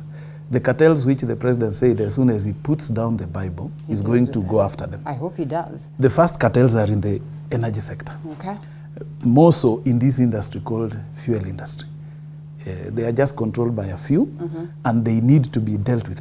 Now that you speak out of experience, how Yes. easy will it be for him to root these cartels out? Because again, they are deeply rooted. They've been here years and years, long enough, and therefore by the time you think you're going to uproot... If we were able to remove the colonial government, okay. I mean, even with, They were perhaps more deep with a rooted ragtag kind of organization, you know, how can't we not remove such when we have an organized government? Why didn't you manage to handle this when you started this space of energy? You see, at that time is when this system of procuring fuel was brought in. But perhaps the biggest issue on these cartels is that it doesn't run only in Kenya, but also it's across the world. Yeah. So you have to be alive to the fact that, yes, we can do a few things in Kenya, but still we have the bigger players out there. But in my view, even if you look at the 20 or so shillings that the fuel has gone up, it's so marginal compared to the amounts that we are paying as government. I mean, right now I'm told is more than 100 billion that is due. Right. What do you mean 100 billion? You know, so what exactly are we talking about? Yeah. Because there is no way we can be able to know so much of the fuel has been consumed under this arrangement of a subsidy. You know, and these people keep playing around with figures, and perhaps that is why the president has said, let it go, then we go after them. So I think it's a good measure that while this is being done, Kenyans remain a little bit patient. It's going to be painful in the start, but we'll catch up with them now. It doesn't only happen in fuel industry. Go to fertilizer. My friend here knows he's from one of those areas which consume fertilizer. Go to fertilizer, go to seed. That is basically what happens in terms of those particular areas on whatever. Now, the issue of port is the same. When you say that you want to transfer cargo swiftly from the ship directly to ICD in Naivasha, what are you telling the people who are involved in clearing industries?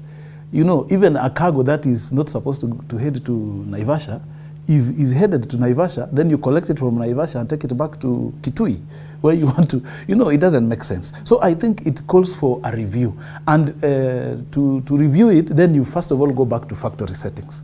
And then now you can develop a good plan whereby there will be a win-win situation even for the people who have already invested, outside Mombasa without necessarily causing, injury in terms of cost to other people who are so used to, doing the job the way they have been doing.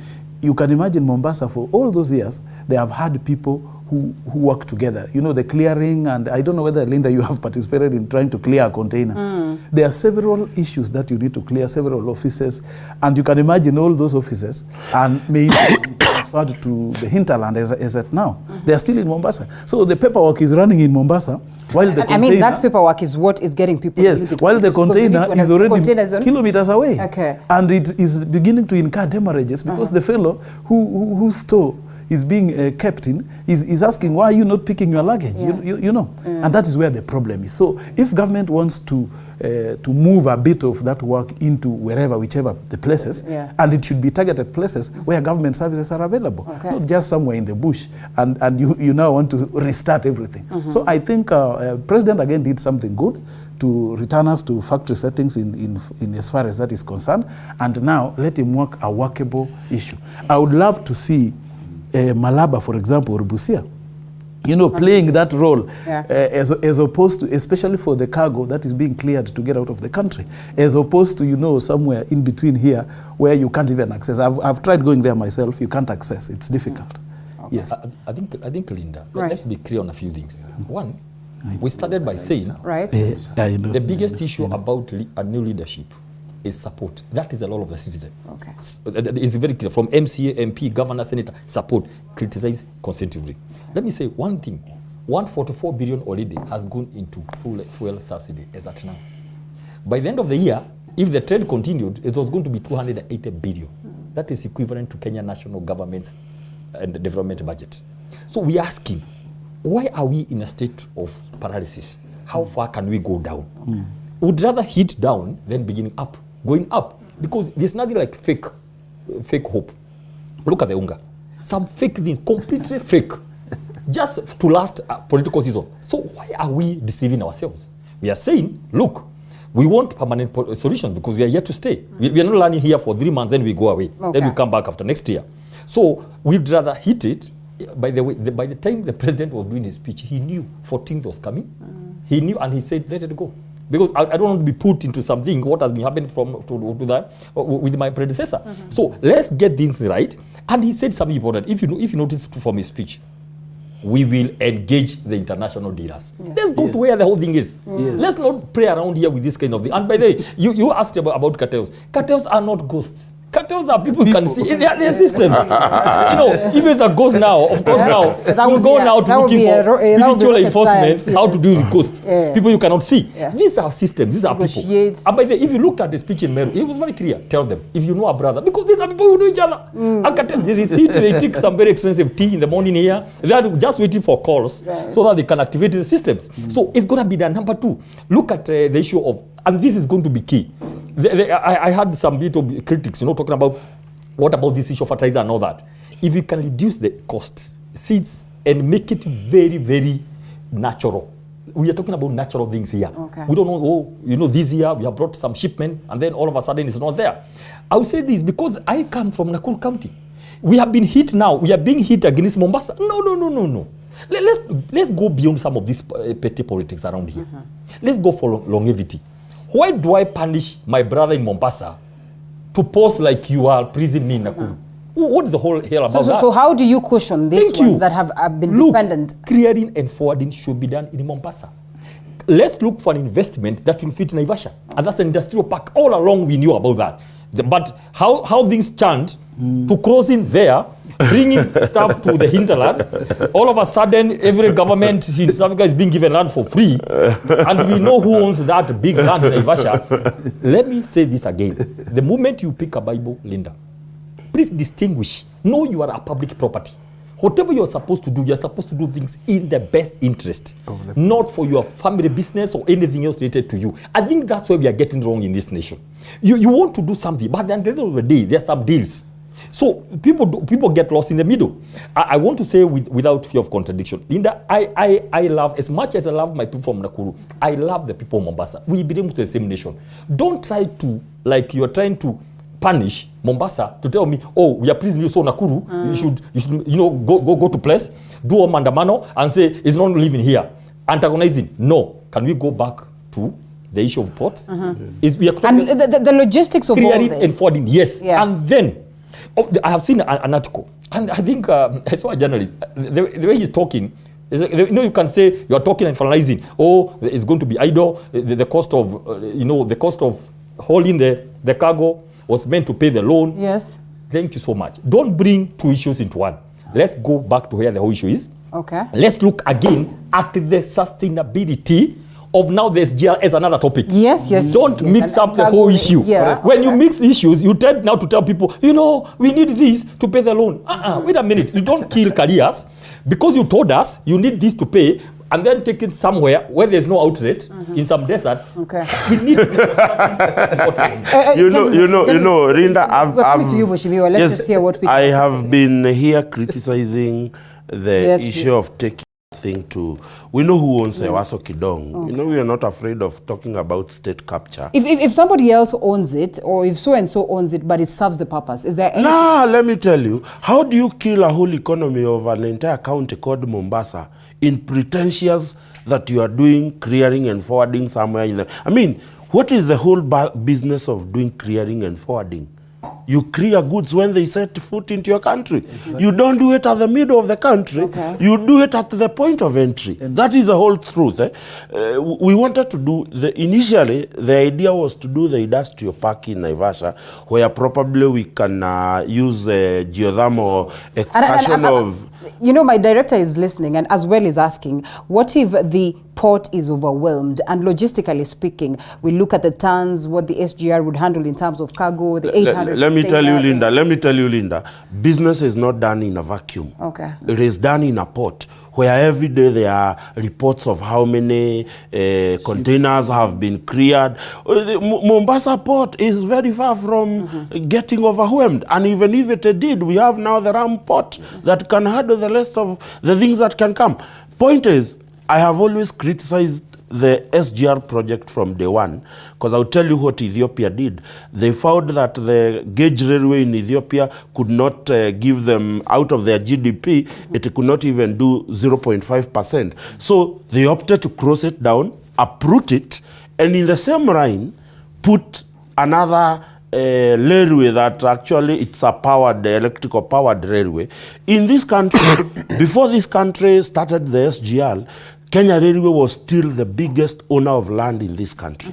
They owned the biggest chunk of land in this country. So they could have uprooted the gauge railway and put, but the point is here, biggest money at the SGR went to compensation. Okay. Can we go look and see how and who was compensated with that money? You'll be surprised by the data that you find, that the senior government officials then are the biggest beneficiary of the SGR compensation. Yeah. Now, that's the truth. What I want to... So when we're talking about a formation of a commission in Ruto's government, we're expecting to see lots of prosecutions? No, not even about prosecution. Some of these things you do findings to see where you can get the solution. It's not about which... It's not about targeting and which hand. So one of the things that it is not... You know, you think about spending 16.68 billion shillings on fuel subsidy every month. It is not attainable. Okay. Look at who are the beneficiaries of this money. As Mheshimiwa Magerer said, there is a cartel. Around one and a half months ago, the president stood in State House and said that they are going to lower the cost of maize-fra. Do you know we have 28 days? Yes. Who has seen a maize-fra of 100 shillings anywhere? But the fact of the matter is, Kenya shillings, 4 billion shillings was paid out to some people who have pocketed the money, but the cost of maize never lowered. So I think for me, this is what you want to look at. The cartels. Hit it heavy, today, bounce back. The famed Nairobi Metropolitan Services has left a pending bill of 15 billion at Nairobi County, in the name of having done... Yes, today Sakaja is faced with Kenya shillings 15 billion that has been left behind by the Nairobi Metropolitan Services. And he has to he has to fix it. Yeah. These are the kind of things we are saying. We have to look at these things because there are cartels everywhere. And the reports we are getting, because you will get these at the assumption of office reports that are being presented to the president, and you realize the level of cartels that are here. Look at Nairobi today. We have places that cabros have been put where you necessarily did not need cabros. You don't need some of the walkways in Nairobi, you don't need them. In fact, they are causing more jams. But go back to the record, see the people who are paid with that money. That cartel-driven cartel-driven government, something that the Honorable William Ruto has to do, and not only deal with it, he has to be seen to deal with it. Honorable Bisau. Yes. But a simple rule. If it's not broken, don't try to fix it. Okay. We had no problems in Mombasa port. What we'll have done is to look at where do we need to repair, basic repairs. Daktari talked about expansion. There is Lamu, an example. We would have expanded the port. There was no shortage of space in terms of expansion. So I think, to me, and I still believe that for any decision to have been made by the outgoing administration, there are visibility studies.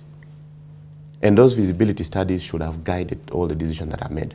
But from the look of things, it's very clear that it was personal interest. Now, on the issue of cartels, We can drive out the old cartels. But to me, my prayer is there should be no new cartels.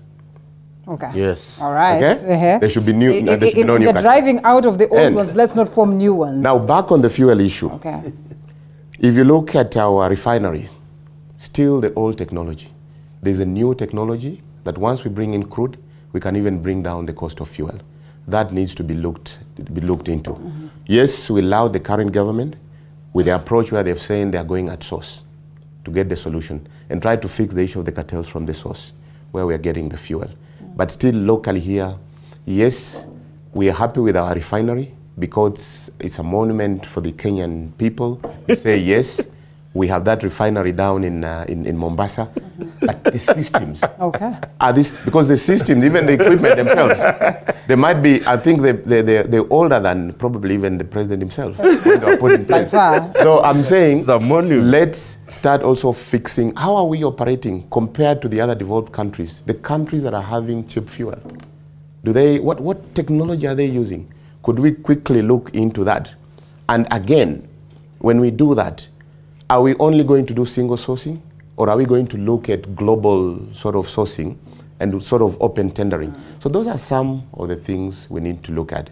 But most important, remember the rule, if it's not broken, don't try to fix it. All right, interesting. Now, Waishimiwa, it's been a week of retreat. Yes.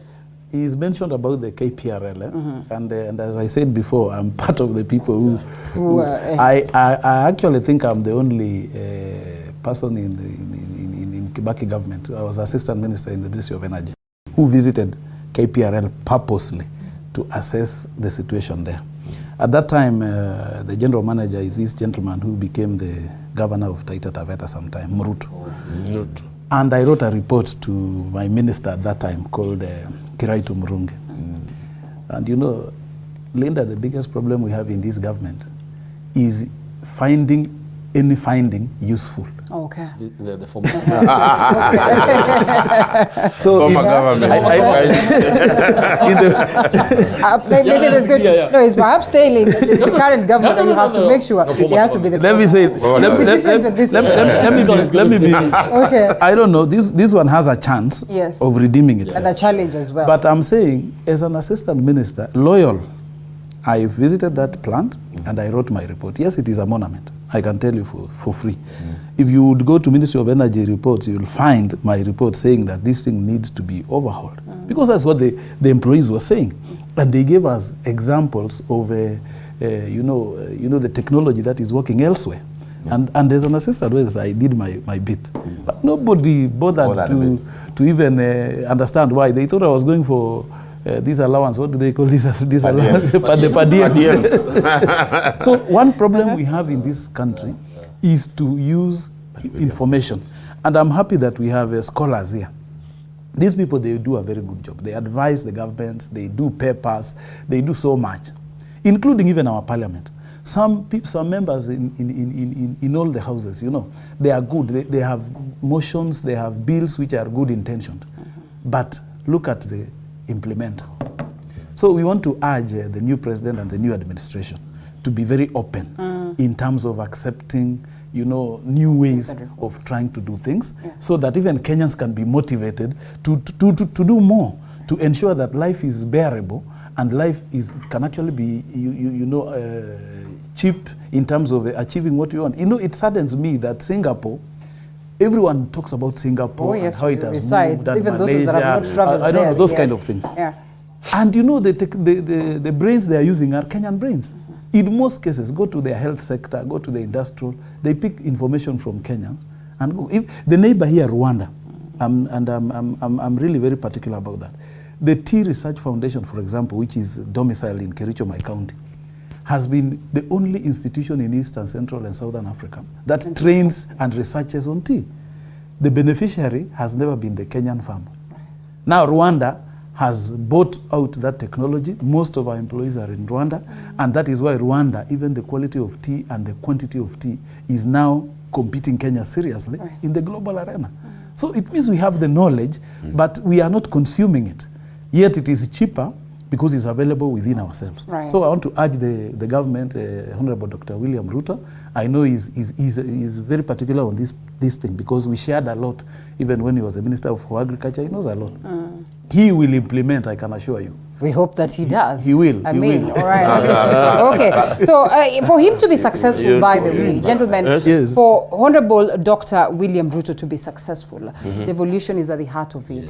The performance of the governors, very, very important. This week has been a week of retreat for members of parliament, Azimio side, and also those ones on the other side of Kenya Kwanza. Mheshimiwa, have you gone for the retreat just yet? When are you supposed to?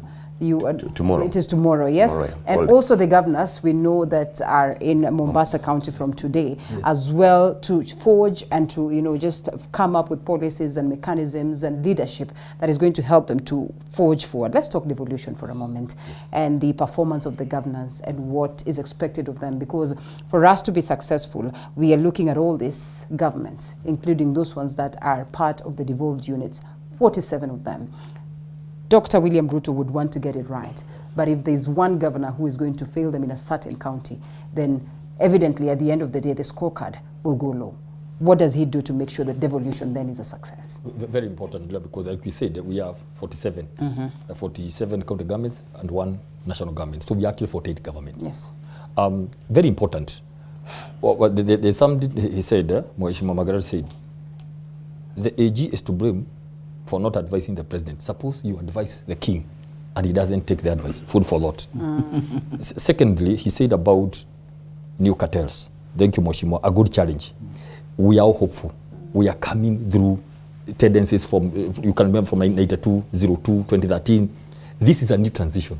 It's a new wave. Yeah. The kind of excitement you saw in 02, the kind of excitement you saw in 2013, if only the president can lead the mood and know the expectation and hit it right the first year. Hit it right, he'll have 10 years. Hit it just the first year. Every day matters. Look at what has happened the first day yesterday. Right. Look at what is going to happen today. Every day matters because everybody is waiting. Now, what I want to suggest is that we have a new opportunity to make it good. Now, county governments, a few things. One, the first thing we need, we are going back to the manifesto and what the speech was, is fully devolved functions to go to the counties. That's where the problem has been. I want to tell you, because I've worked extensively for the last 10 years in the county government, that the problem has been the central government has always feared the county government. So have you ever seen a place where the father fearing the kid? You are the father. It's like you don't believe in yourself. When instead of helping the kid to grow up and walk, you are learning. How do you do that without being labeled as a person who's trying to interfere? You are learning after the milk that's supposed to go to the kid. Okay. One, full development of the functions. That is there in his speech. Number two, let the money follow the functions. You can devolve all the functions without money. No money, yeah. Then help build capacity to the county governments. Don't condemn them wholesale. Build capacity, systems and structures, especially on procurement, on revenue collection. And the most important thing, once you do that, let's go clearly now. One is make sure you have the political goodwill. What he's speaking about is political goodwill.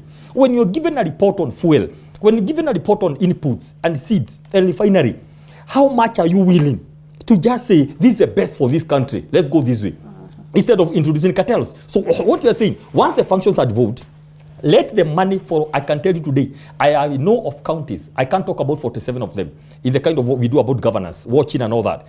Many county governments have not received. They didn't receive their share of equitable fund transfer for the last 3 months before the closure of the year. 3 months, that's about 101.5 billion. Then when you talk about pending bills, why will not be there? Yet the county governments have not received the money. So make sure the functions are, and then build capacity. Please, once you do that, Linda, take governors to some parameters. One, own source revenue must come up. Okay? Yeah. Own source revenue must come up. County, all right. Then partnership with the national government on something we call value addition. This country is agricultural. So in every county there's something they are producing. If it is maize, and we want to see that Magerer, let's not see bags of maize coming from Tanzania. Let them do unga. Let's see value addition. Today, Tanzania and Uganda have refused. They are saying, Uganda have said, from here, We are not going to export maize to Kenya. We are going to do our own unga. Yeah. You know all that. Right. So a value addition in the counties. That is what will start development. Just a small advice to the county governors, please stop the drama. We don't need drama. This nation does not need drama at all. If you want to manage your staff, go slowly. If you go as scare staff at the stadium, half of them, the cartels are going to go underground. So these are the cartels. These cartels. Yeah, the cartels are very dangerous. You know, Linda. Never show a spear to the cartels. Okay. Hit the cartel. Hit the cartel, right? Hit the enemy. Or if you want to know vehicles that you have there, just go and do a 2-week. Just send a team quietly to go get the logbooks and all that. If you parade, let me tell you today, because I know, many vehicles in the counties are being driven by personal people. The government vehicles driven by individuals. If you want to doing individual business, do go and do it quietly. And you govern. Muchendu was Govern, way please. in on that. Yes. These cartels appear to be the same leaders that we have. And even when he speaks about maize, I know of the numerous reports that we've received that our very own leaders are the ones who have farms, large farms, say in Uganda, and they're doing farming there. And therefore, when this maize comes on board, NCPP will prioritize this maize that is theirs first, so that then we can start consuming what our very own farmers are. So when we're talking about the leadership and the cartels, how are we going to draw the line? One of the things that I hope is going to happen is that the Honorable William Ruto, now the 5th president, is going to deal with the Silio cartel that deals with Silios. And I'm saying this in cognizant of the fact that he has faced a motion of no confidence as the Minister for Agriculture in the National Assembly. And vividly remember, for 2 hours, he defended himself until the Assembly could not see the reason to pass that motion. So on a lighter note, I expect him to do that. Okay. Coming to the county government, I expect the Honorable William Ruto to fully devolve and be seen to devolve the functions. I'll give you an example. Take the budget for the Ministry of Health in 2012. Magerer, they were part of that government, I want to believe so. Take that budget and then look at the budget of Ministry of Health in 2019. It has grown with almost, I think, 22 or 23%. Right. It has grown. But mark you, in 2013, we devolved the functions of the Minister of Health to county government. And most medics will tell you they do not like. And now that's a new subject, but there's a subject that we can discuss about the medic. But we devolved the entire function and we left the national government to take care of the Level 6 hospitals going above. We devolved all the functions, the medical officers, all the hospitals that were part of the Ministry of Health were devolved into various counties. But we did not devolve the money.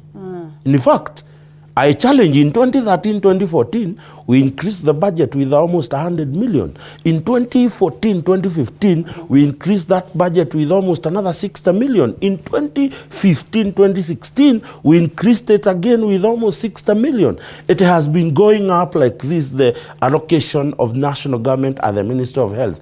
Today, we have something called the devolved, what is called coordination law grant that is being given to counties. Look at my county. Today, they only give coordination grant to one level 5 hospital per county. In my own county, Kiambu, where I come from, with a 2.7 million capacity of people, we have over 3 level 5 hospitals. That is Kiambu, Thika, and Gatundu. We do not get enough money because we have a larger population that needs to be taken care of. Hospitals are built to take care of people.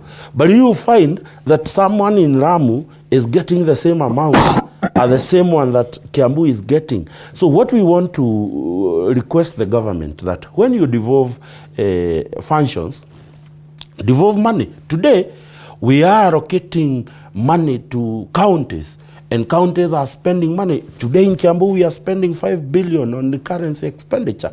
One of the reasons why a county like Nairobi, Kiambu, and Kakamega are suffering in terms of development budget, we are the 3 counties that received most secondment of officers from national government. They were brought, but the money that used to pay them up there was not devolved. So we have to dig back into our own source Delay of revenue disbursements, and yeah? dig into our government allocation so that we are able. In Kiambu today, we are paying salaries 600 million every month. We are paying salary. Today in Kiambu, we are spending 6 million shillings every week to fuel the county fleet.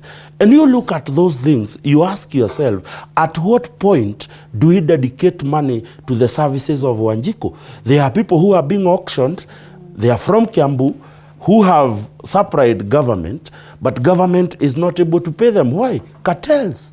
Cartels. There's I will tell there are you. instances where the account is. I'll give you an example of give you an example of how cartels are very funny. Let's take a short break Yes. and come back get that example. All right.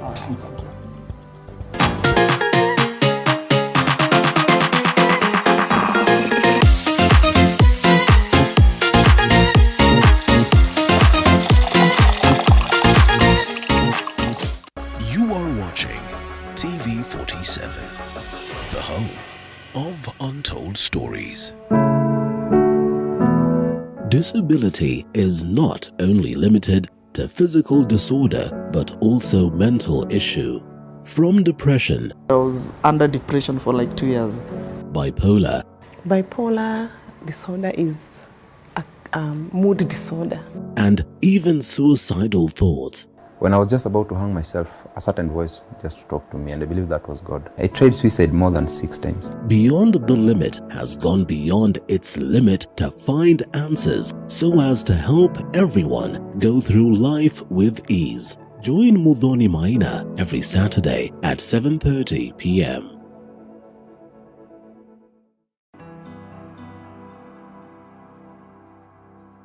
Starting this September at 8:30 p.m. on Tuesday, The Realtor brings it all to perspective. We identify a property, discuss and demonstrate the journey towards ownership. Professionals who have integrity, and from their catalog you can easily read that these are professionals who are able to deliver. Everywhere you go, you have to up your games. You have to go with the trends. Not forgetting the margins as well as the risks that come along. The runaway prices of the land. We are saying that it's something that we can never go without mentioning. Any developer will not go without mentioning price of land. Don't miss out.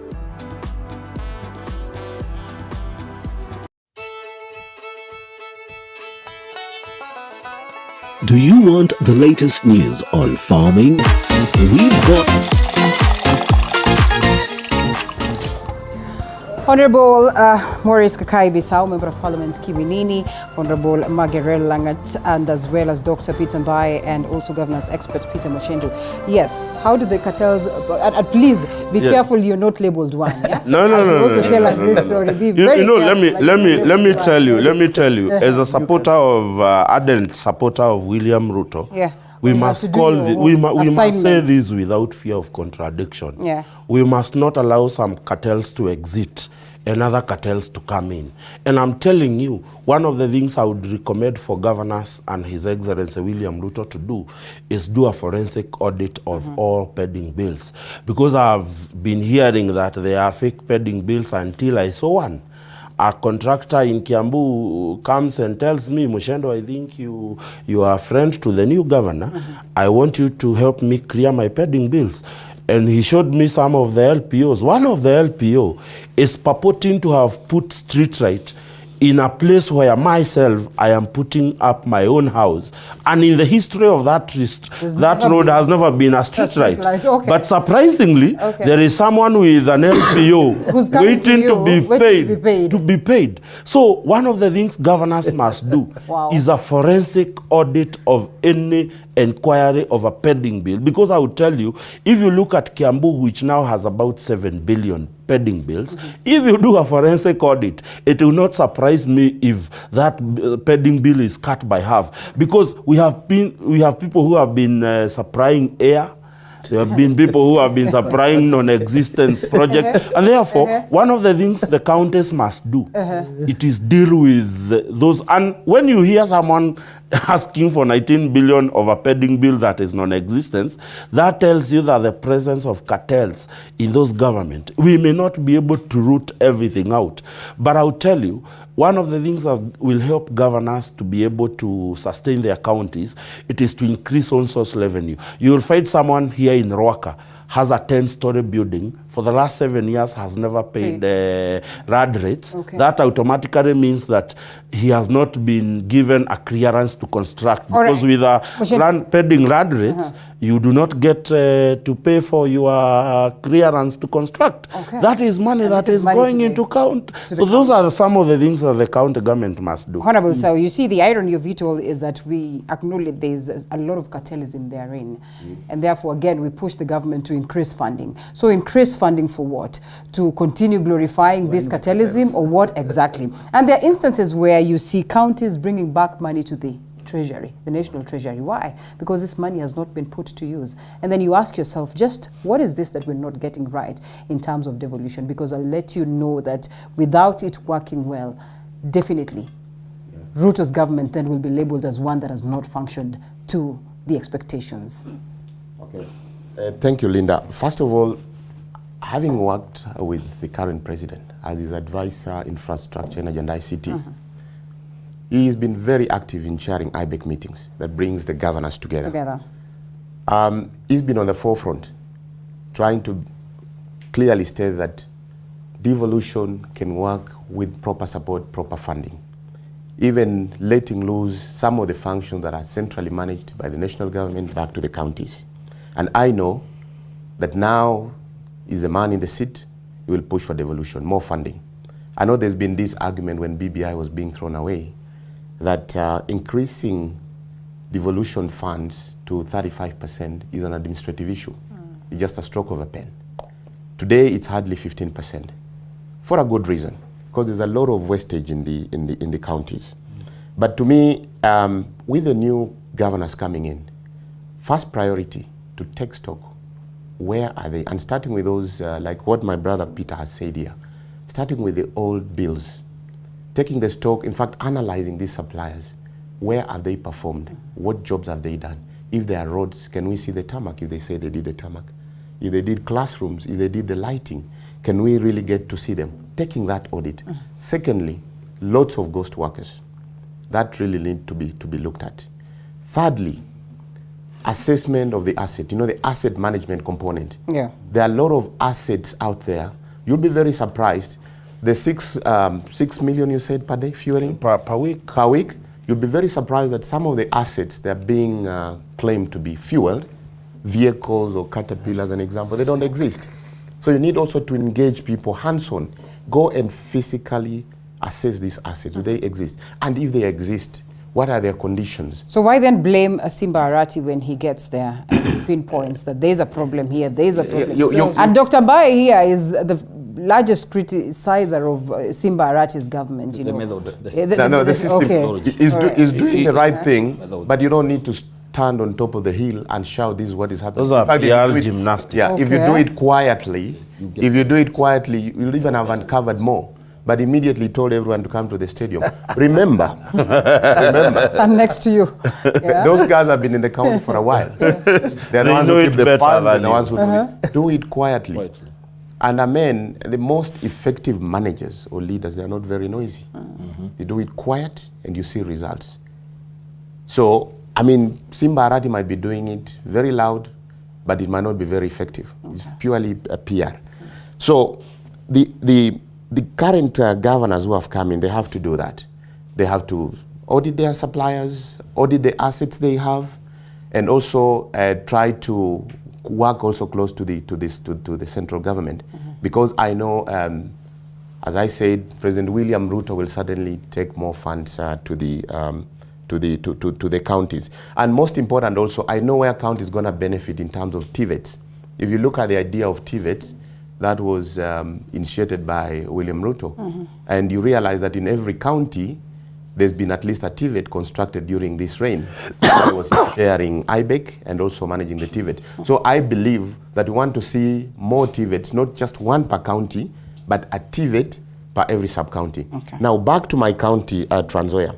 When you're talking of eliminating cartels, farming used to be sort of, it used to be a hobby. There was money in farming. We in Trans Nzoia, we got big chunks of land. But today, nobody wants to do farming. You'll find a lot of land that is lying fallow. Because fertilizer alone, the cost of input, it's so expensive.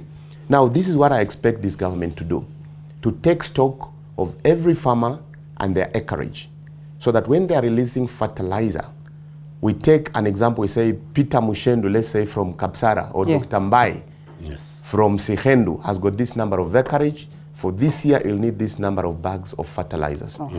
And these ones can be taken to the nearest centers, which are collected, and it has to be given on time.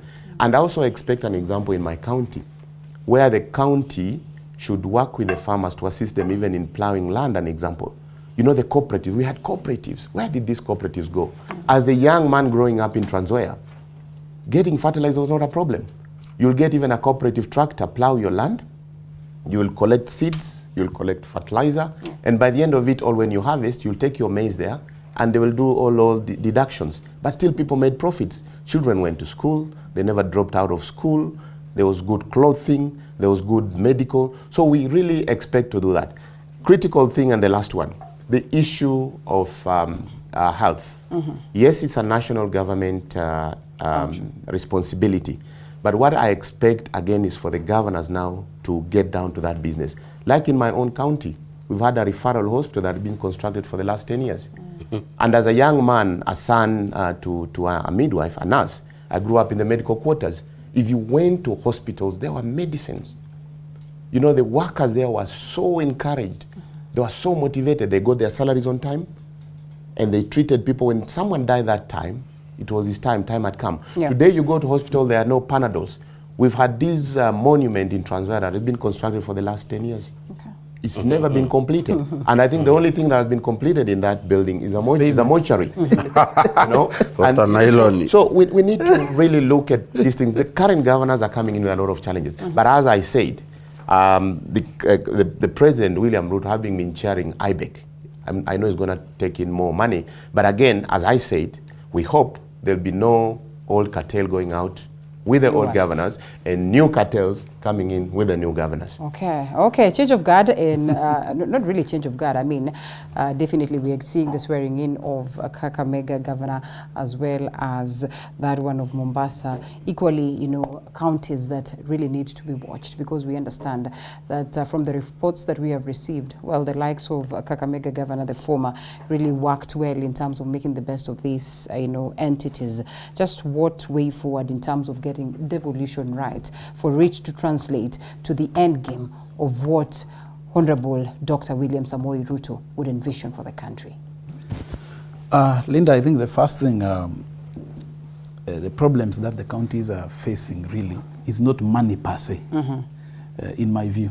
And I'm saying this because I was a little bit part of the county government of Kericho, which exited. We tried setting up the municipality of Kericho, and somehow we didn't reach so far. The first thing is that the counties do not really stick to their CIDPs. You know, the county integrated development plans is a very good thing. Is the baseline where you can develop your budgets and all those things. And it is something that the public participates in to create that CIDP. I haven't seen so many counties stick to the CIDP plans that you know, they have generated. Again, a case of information that is valuable, that is there and is not being used. It is easier to always point a finger at the national government that money is not coming. I do not really believe that money is not coming. If you get you take stock of the last 10 years, the amounts of money that has been released to the county government is monumental, going into so many trillions. And I think that what this government did not you know, achieve at first instance was when we created the devolved units, we just handed over to people who are elected. And apart from what you're saying, you're going for inductions and all those kind of things.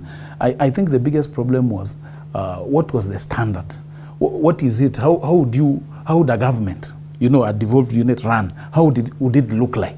That is why now you have cases of ghost workers and people just doing their own things, because there is no standard.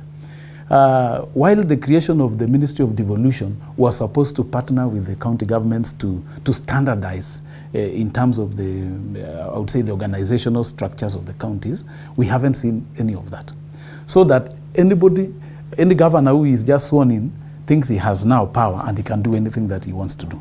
So that's to me, that's a very big issue that we need to talk about. Stemming corruption from the county government itself. And this comes in the wake of financiers. You know, during campaigns, those cartels, the reason why cartels never go. During campaigns, they fund the campaigns. So once people are in offices, then they want a payback. It's a payback. And you have to do quite a number of things, including mahewa. In Kericho, we call them mahewa. Those things Peter is saying, they are mahewa. And those things are there. Number 3, the issue of reviewing the laws on procurement. Yeah? I think the procurement laws in Kenya, they did not envisage the use in the counties. So something needs to be done on the law on procurement, especially in terms of how do you get tenders? Like that one now you're talking about, surely. Who is this who has approved, you know, a payment of an non-existent project? Who is this? So it points to the fact that how do you approve for a payment? Are there checks and balances for you to be able to achieve what you are trying to say? So I want to call on a review of the laws on procurement and tendering so that you know, a few of those gaps can be able to be filled. The other issue is declaration of conflict of interest. I think it is important, that it's a very important thing, that if you are in a county or in a position of advantage, don't again try to use that opportunity to be able to carry out a few things, you know, like you give yourself tender through some proxies or things like that. So the declaration of a conflict of interest, we must find a way. How then are we able to single out the conflict of interest so that we can stem out some of these things? And auditing of all pending bills, and not only auditing of pending bills, but generally internal audit system of the counties. Where does that report go to? We hear so many stories of EACC being around, and we see people running around with files, and a few days we hear so junior staff wale wadogo kabisa ndio wanachukuliwa kotini. And you see the main guys who cause the big stealing, nobody really goes for them, and that's where another issue is. Finally, who is really the person who shares the money? Is it the national government dishing out shillings to the county? Why is everybody looking at the national government and saying you must give more money? If you read the constitution, it takes us back to it is us the money is ours. And we split it into two, the national government and the county government, and the body that is allowed to do that is the CRA. So it's not the national government that should be dishing out cash. So I have a problem with the current constitution of Treasury, because Treasury is placed under the appointment of the national government. And he's the guy who is sharing the money. So I want to give the professionals here to tell us, what do we do so that we don't have this problem of saying, yes, the money did not come, you know, it came kidogo, that kind of thing. Why is one government, you know, bullying over the other 47 governments? And the constitution says these governments are distinct. And they are interdependent. And I mean, also on top of that, definitely would love to understand whether this phase of the CAG that we have, with the new leadership that is going to be brought to the fore, whether then they'd be able to stand the test of political affiliation, because that is one factor that would literally stifle the processes of devolution. So can they say that we will protect devolution regardless of political affiliation? Mheshimiwa, yes? Yes, just to loud on the point that has been raised by Mheshimiwa Magerer here, the issue of procurement, the Council of Governors, all the 47 counties, the things they procure are common items. An example, at some point, everyone will want an Isuzu double cabin. Someone will want street lights. Now the Council of Governors, the entire 47 head of procurement sitting down, analyzing the procurement plan, that this will be the item that will be needed in this financial year, going out with common tenders, competitive bidding. Then they develop long-term agreements, maybe 1 year, renewable for the second year, based on performance. that will really stem the issue of corruption. It will also bring down the cost. Common services, common items. Audit services, an example. HR services. You know, basic issues, stationery. They might look small, but when you put together the big volumes, and when they go out with competitive bids, and it's done in a professional way, so it will be standard. So when you're in or you're not in as a head of procurement, whoever replaces you knows there is this agreement with these several suppliers. If we cannot find this vehicle here, model, we can go for this one here. That will also stem corruption. So those synergies, coming together and having common approaches. Stadiums, an example.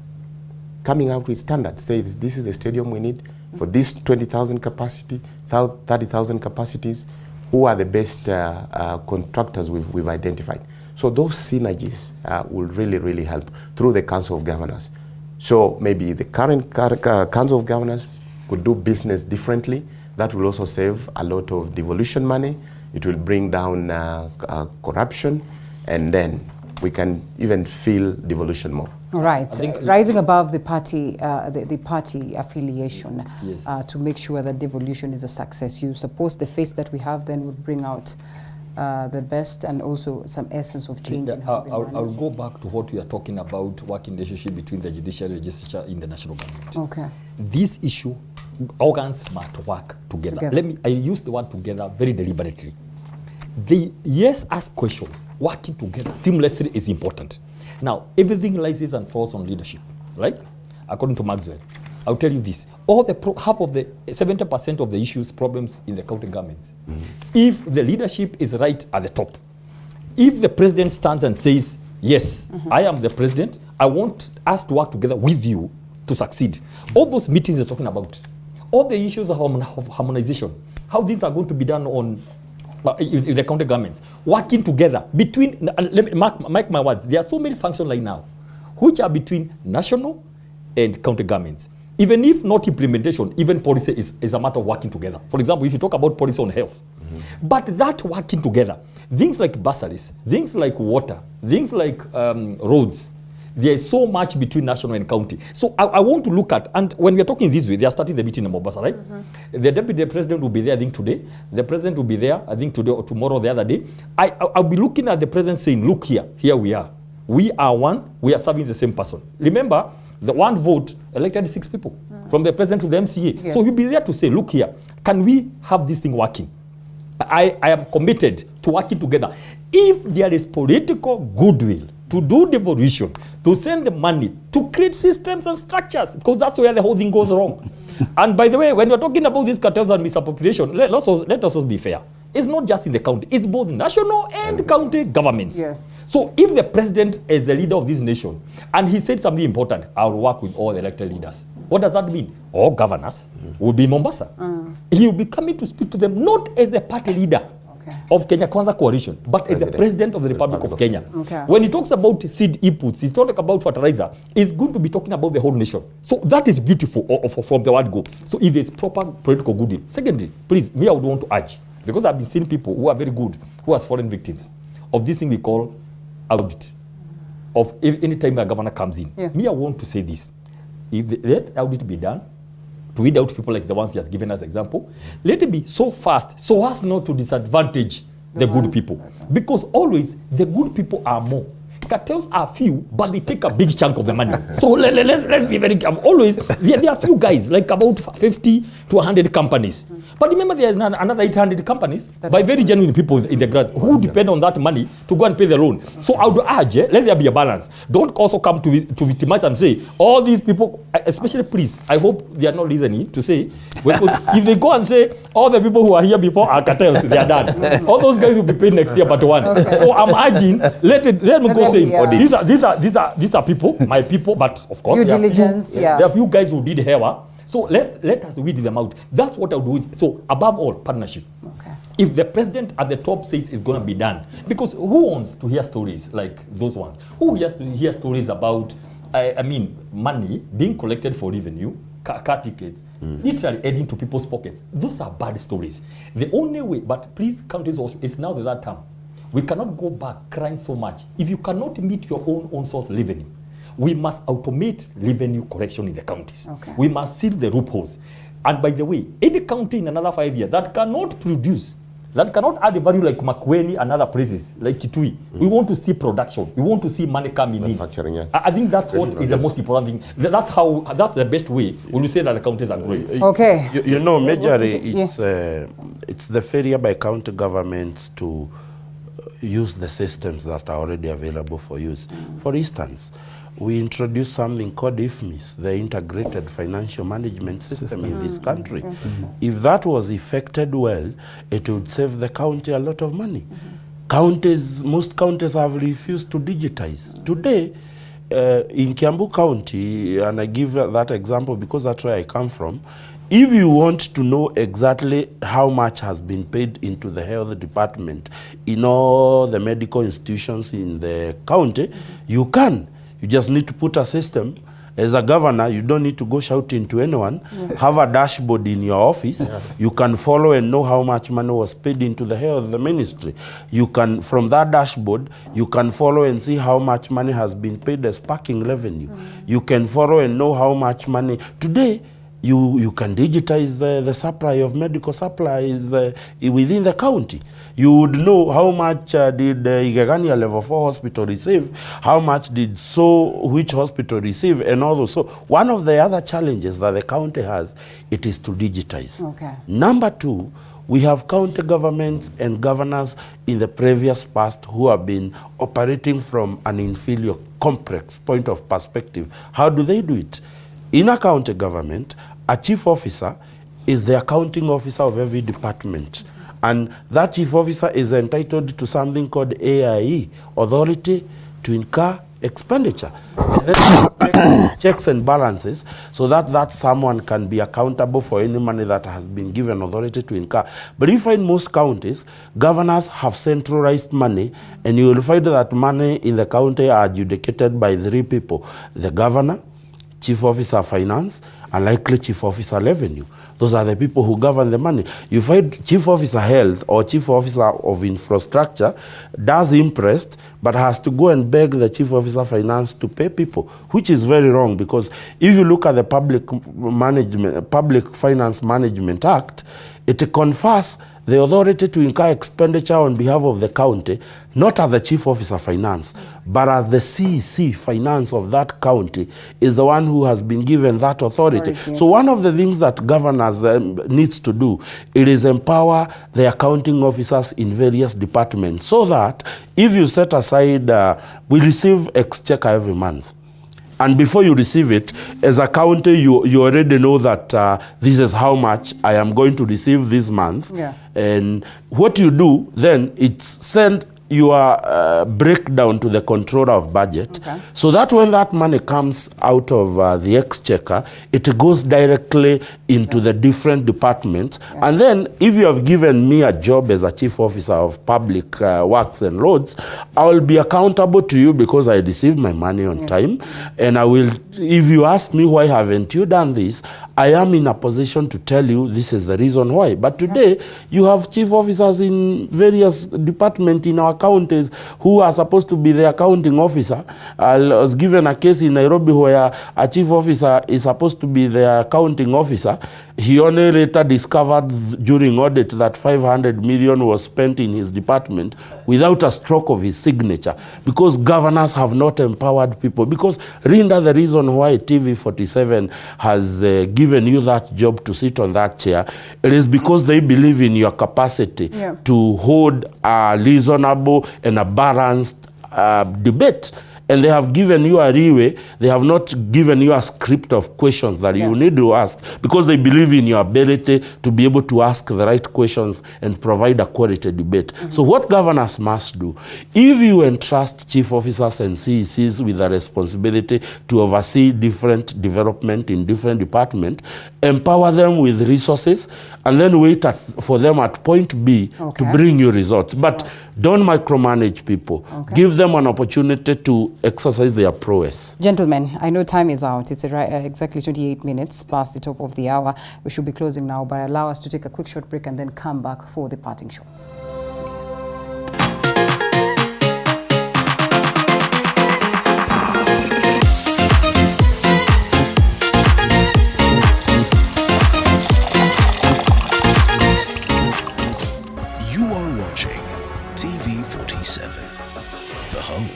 of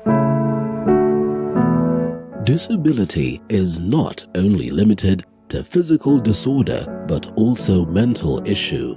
From depression, I was under depression for like 2 years. bipolar, Bipolar disorder is a mood disorder. and even suicidal thoughts. When I was just about to hang myself, a certain voice just talked to me, and I believe that was God. I tried suicide more than 6 times. Beyond the Limit has gone beyond its limit to find answers so as to help everyone go through life with ease. Join Muthoni Maina every Saturday at 7:30 p.m.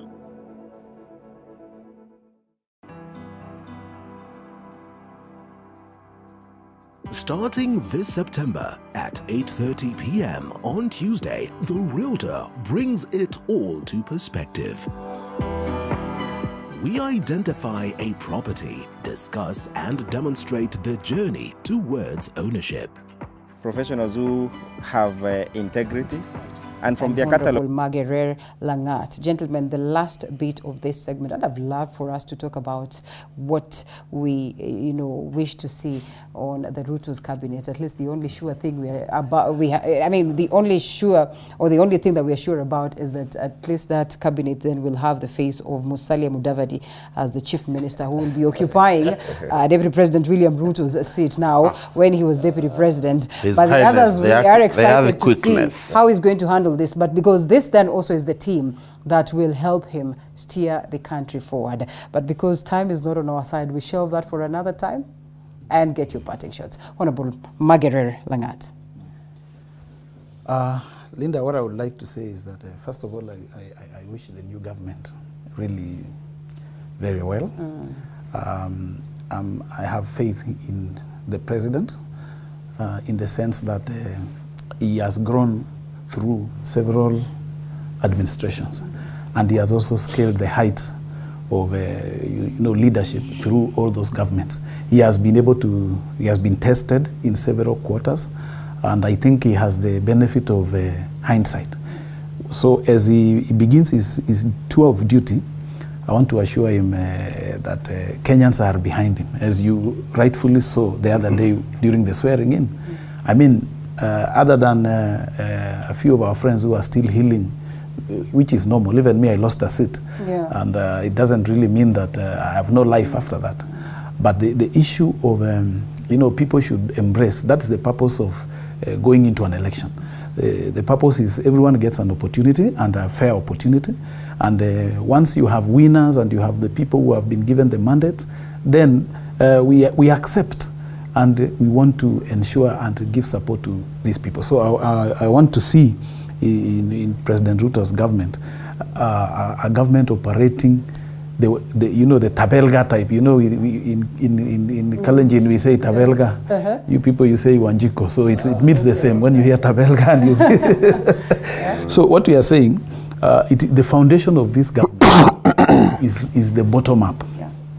And it's a total paradigm shift in the way other governments have been doing their jobs. So let us be truthful to it, and I believe that with the benefit of the Constitution and now swearing allegiance to that Constitution, we should be able to see a benefit. And for the governors, it's important that the governors realize that devolution was it was a power given to the people so that they could address their local issues. Because some of the local issues, for example, in Kericho, my county, may not be the same issues in Marsabit County. That is the reason why we were given different counties. Therefore, I expect the governors to be, sensitive to the needs of their people, and also address the situations and be able to interface and interact with the national government as provided for in the there is this act, Intergovernmental Relations Act.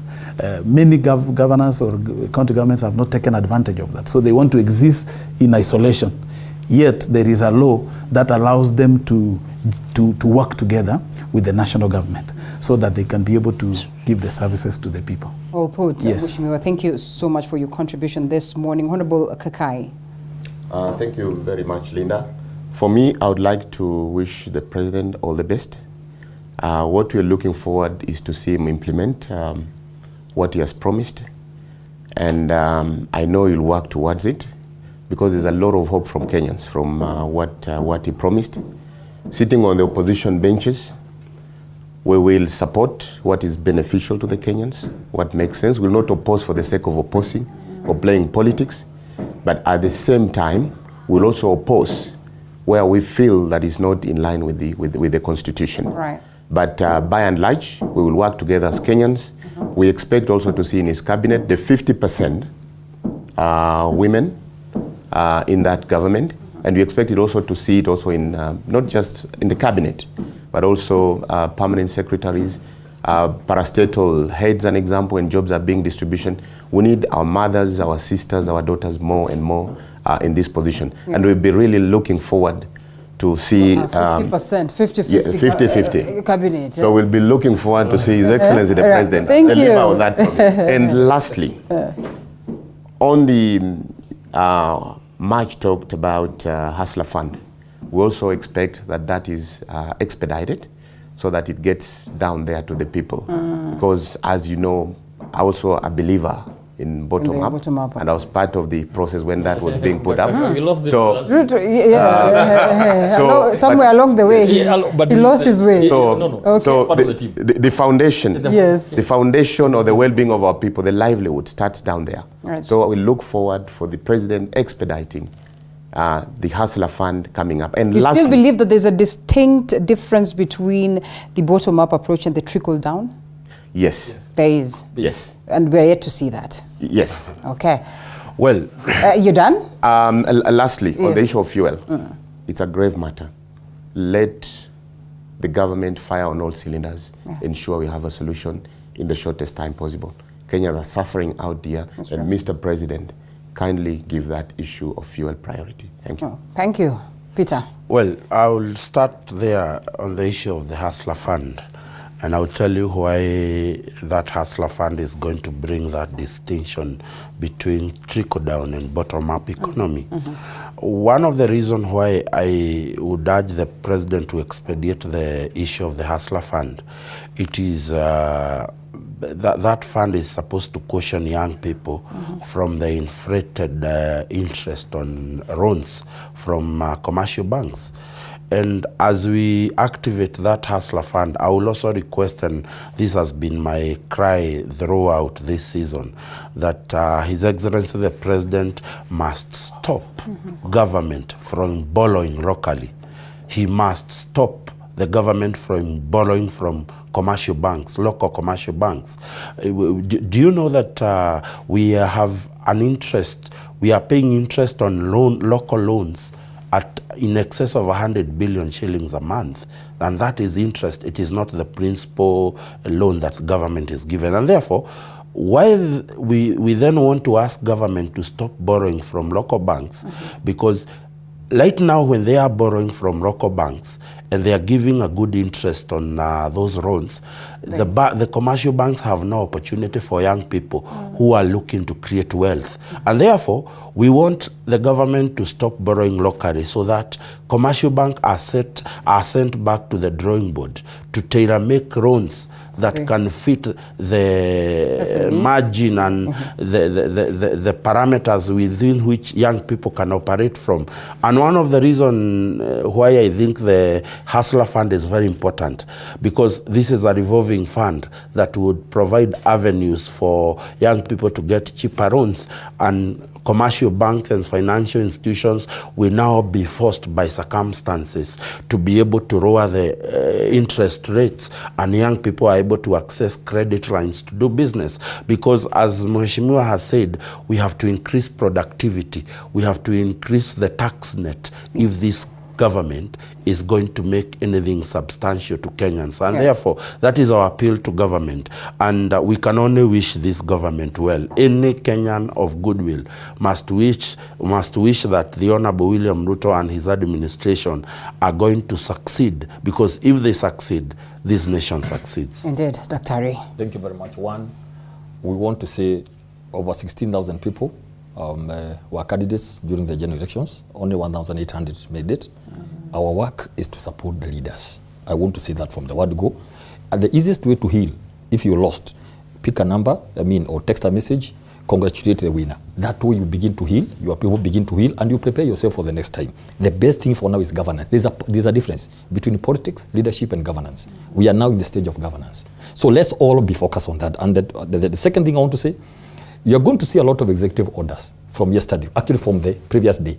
Yesterday, today, going forward. Those are simple administrative issues that they were just hanging, they need to go. However, are you sure that's simple? No, I just order number 1 of I just said Uhuru Kenyatta was not so simple. I just said you're going to see simple administrative issues, like swearing of judges. All right. Like the issue of judiciary fund enhancing that. The issue, you want to come? The issue of fertilizer. Let me go to this. However, issues like cancer fund and all that, I'm privy to the fact that there are about 15 bills already done, just waiting to be taken to the National Assembly for processing. Okay. In another, I can tell you within 90 days. We are all very hopeful. The president now has been in active politics since 1987, 25 years non-stop. Okay. And 30 years since 1992. Kenyans are waiting. And I can tell you this, that you're going to see a lot of changes going forward. That's a hope that everybody has to bring the nation together. That's very important. Now, quickly, as governors meet, I'm very passionate about counter government and devolution. So much, and every time I remember my old teacher, the late Dr. Mbae, he was so passionate. He taught us devolution at the University of Nairobi. And I want to say this: we wish you the best. The big even where we are is in a county. Look at that. So as you meet, and I know you're going to start on a low note because of the loss of the deputy. Governor. Wish you the best and God's strength, of course, to my neighbor Baringo County. I want to say this kindly. Know that we support you. 2 things. We are going to see speakers elected next week. We are going to see appointment of CECs, appointment of CEOs. I would want to give my 2 cents. Linda, 1, if you want to appoint ministers from the national government or the CECs, kindly, those are called state officers. CEOs and principal secretaries are public officers. Please give people with a political background. So that as a president, who is already a politician, the state officers will help you to do a bit of administration and also a bit of politics. That's a 2 cents. Technocrats versus the politicians. That's very important. Both the governors and also put CEOs as technocrats. They are going to be in the offices. Put principal secretaries as technocrats. But please, for ministers, you are already the politician. Look at what has happened to the technocrats in the last government. They don't know what is going and whatever is happening. I mean, I don't know. I was doing my final remarks. But I'll tell you this. We have done these things. Okay. I mean, we have been in politics. We have been in leadership. We have been in governance. I can tell you the difference is like day and night. So we wish everybody the best. We're going to see how things go. From here, I can tell you this, within a week or so, the president is going to release the list of the cabinet secretaries. Within another fortnight or so, he's going to release the list of the principal secretaries. He is ready to hit the ground running. That is what the hope is for Kenya. Fuel subsidy is just for some time. Let's get the bump line now. These are going to be straightened up. Let's have hope. Remember what the Obama said. Please support your government. Right. So, okay. Gentlemen, thank you so much. Perhaps next time, if there's going to be a next time, then we'll look at the cabinet, the technocrats versus the politicians. It will be interesting to discuss that. Dr. Peter Mbae, and that is a governance expert, as well as Peter Muchendu, who equally is a governance expert, and Mheshimiwa Morris Kakai Bisau, Member of Parliament, Kiminini, asante sana, and importantly, Honorable Magerer Langat, who's been out of this space for quite a while, but we are glad that you're back and looking forward to have you some other time. Asante sana, gentlemen. And also to the viewer, so much so of feedback that is to tell you that we are at the heart of this, and therefore it is for us, as the leaders would say right here, to support the government for a better tomorrow. We cross over to the gym in a bit.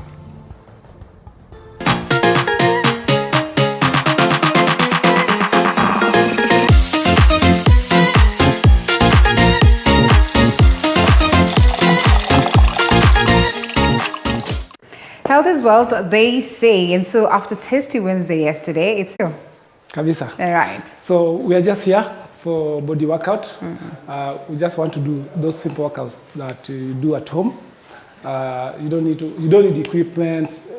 You can just do them at your own. Yeah. That's good. So if you're joining us right now, kama uko home, tunapiga hii story ndio upate chance ya kuchange haraka so that you can do this alone.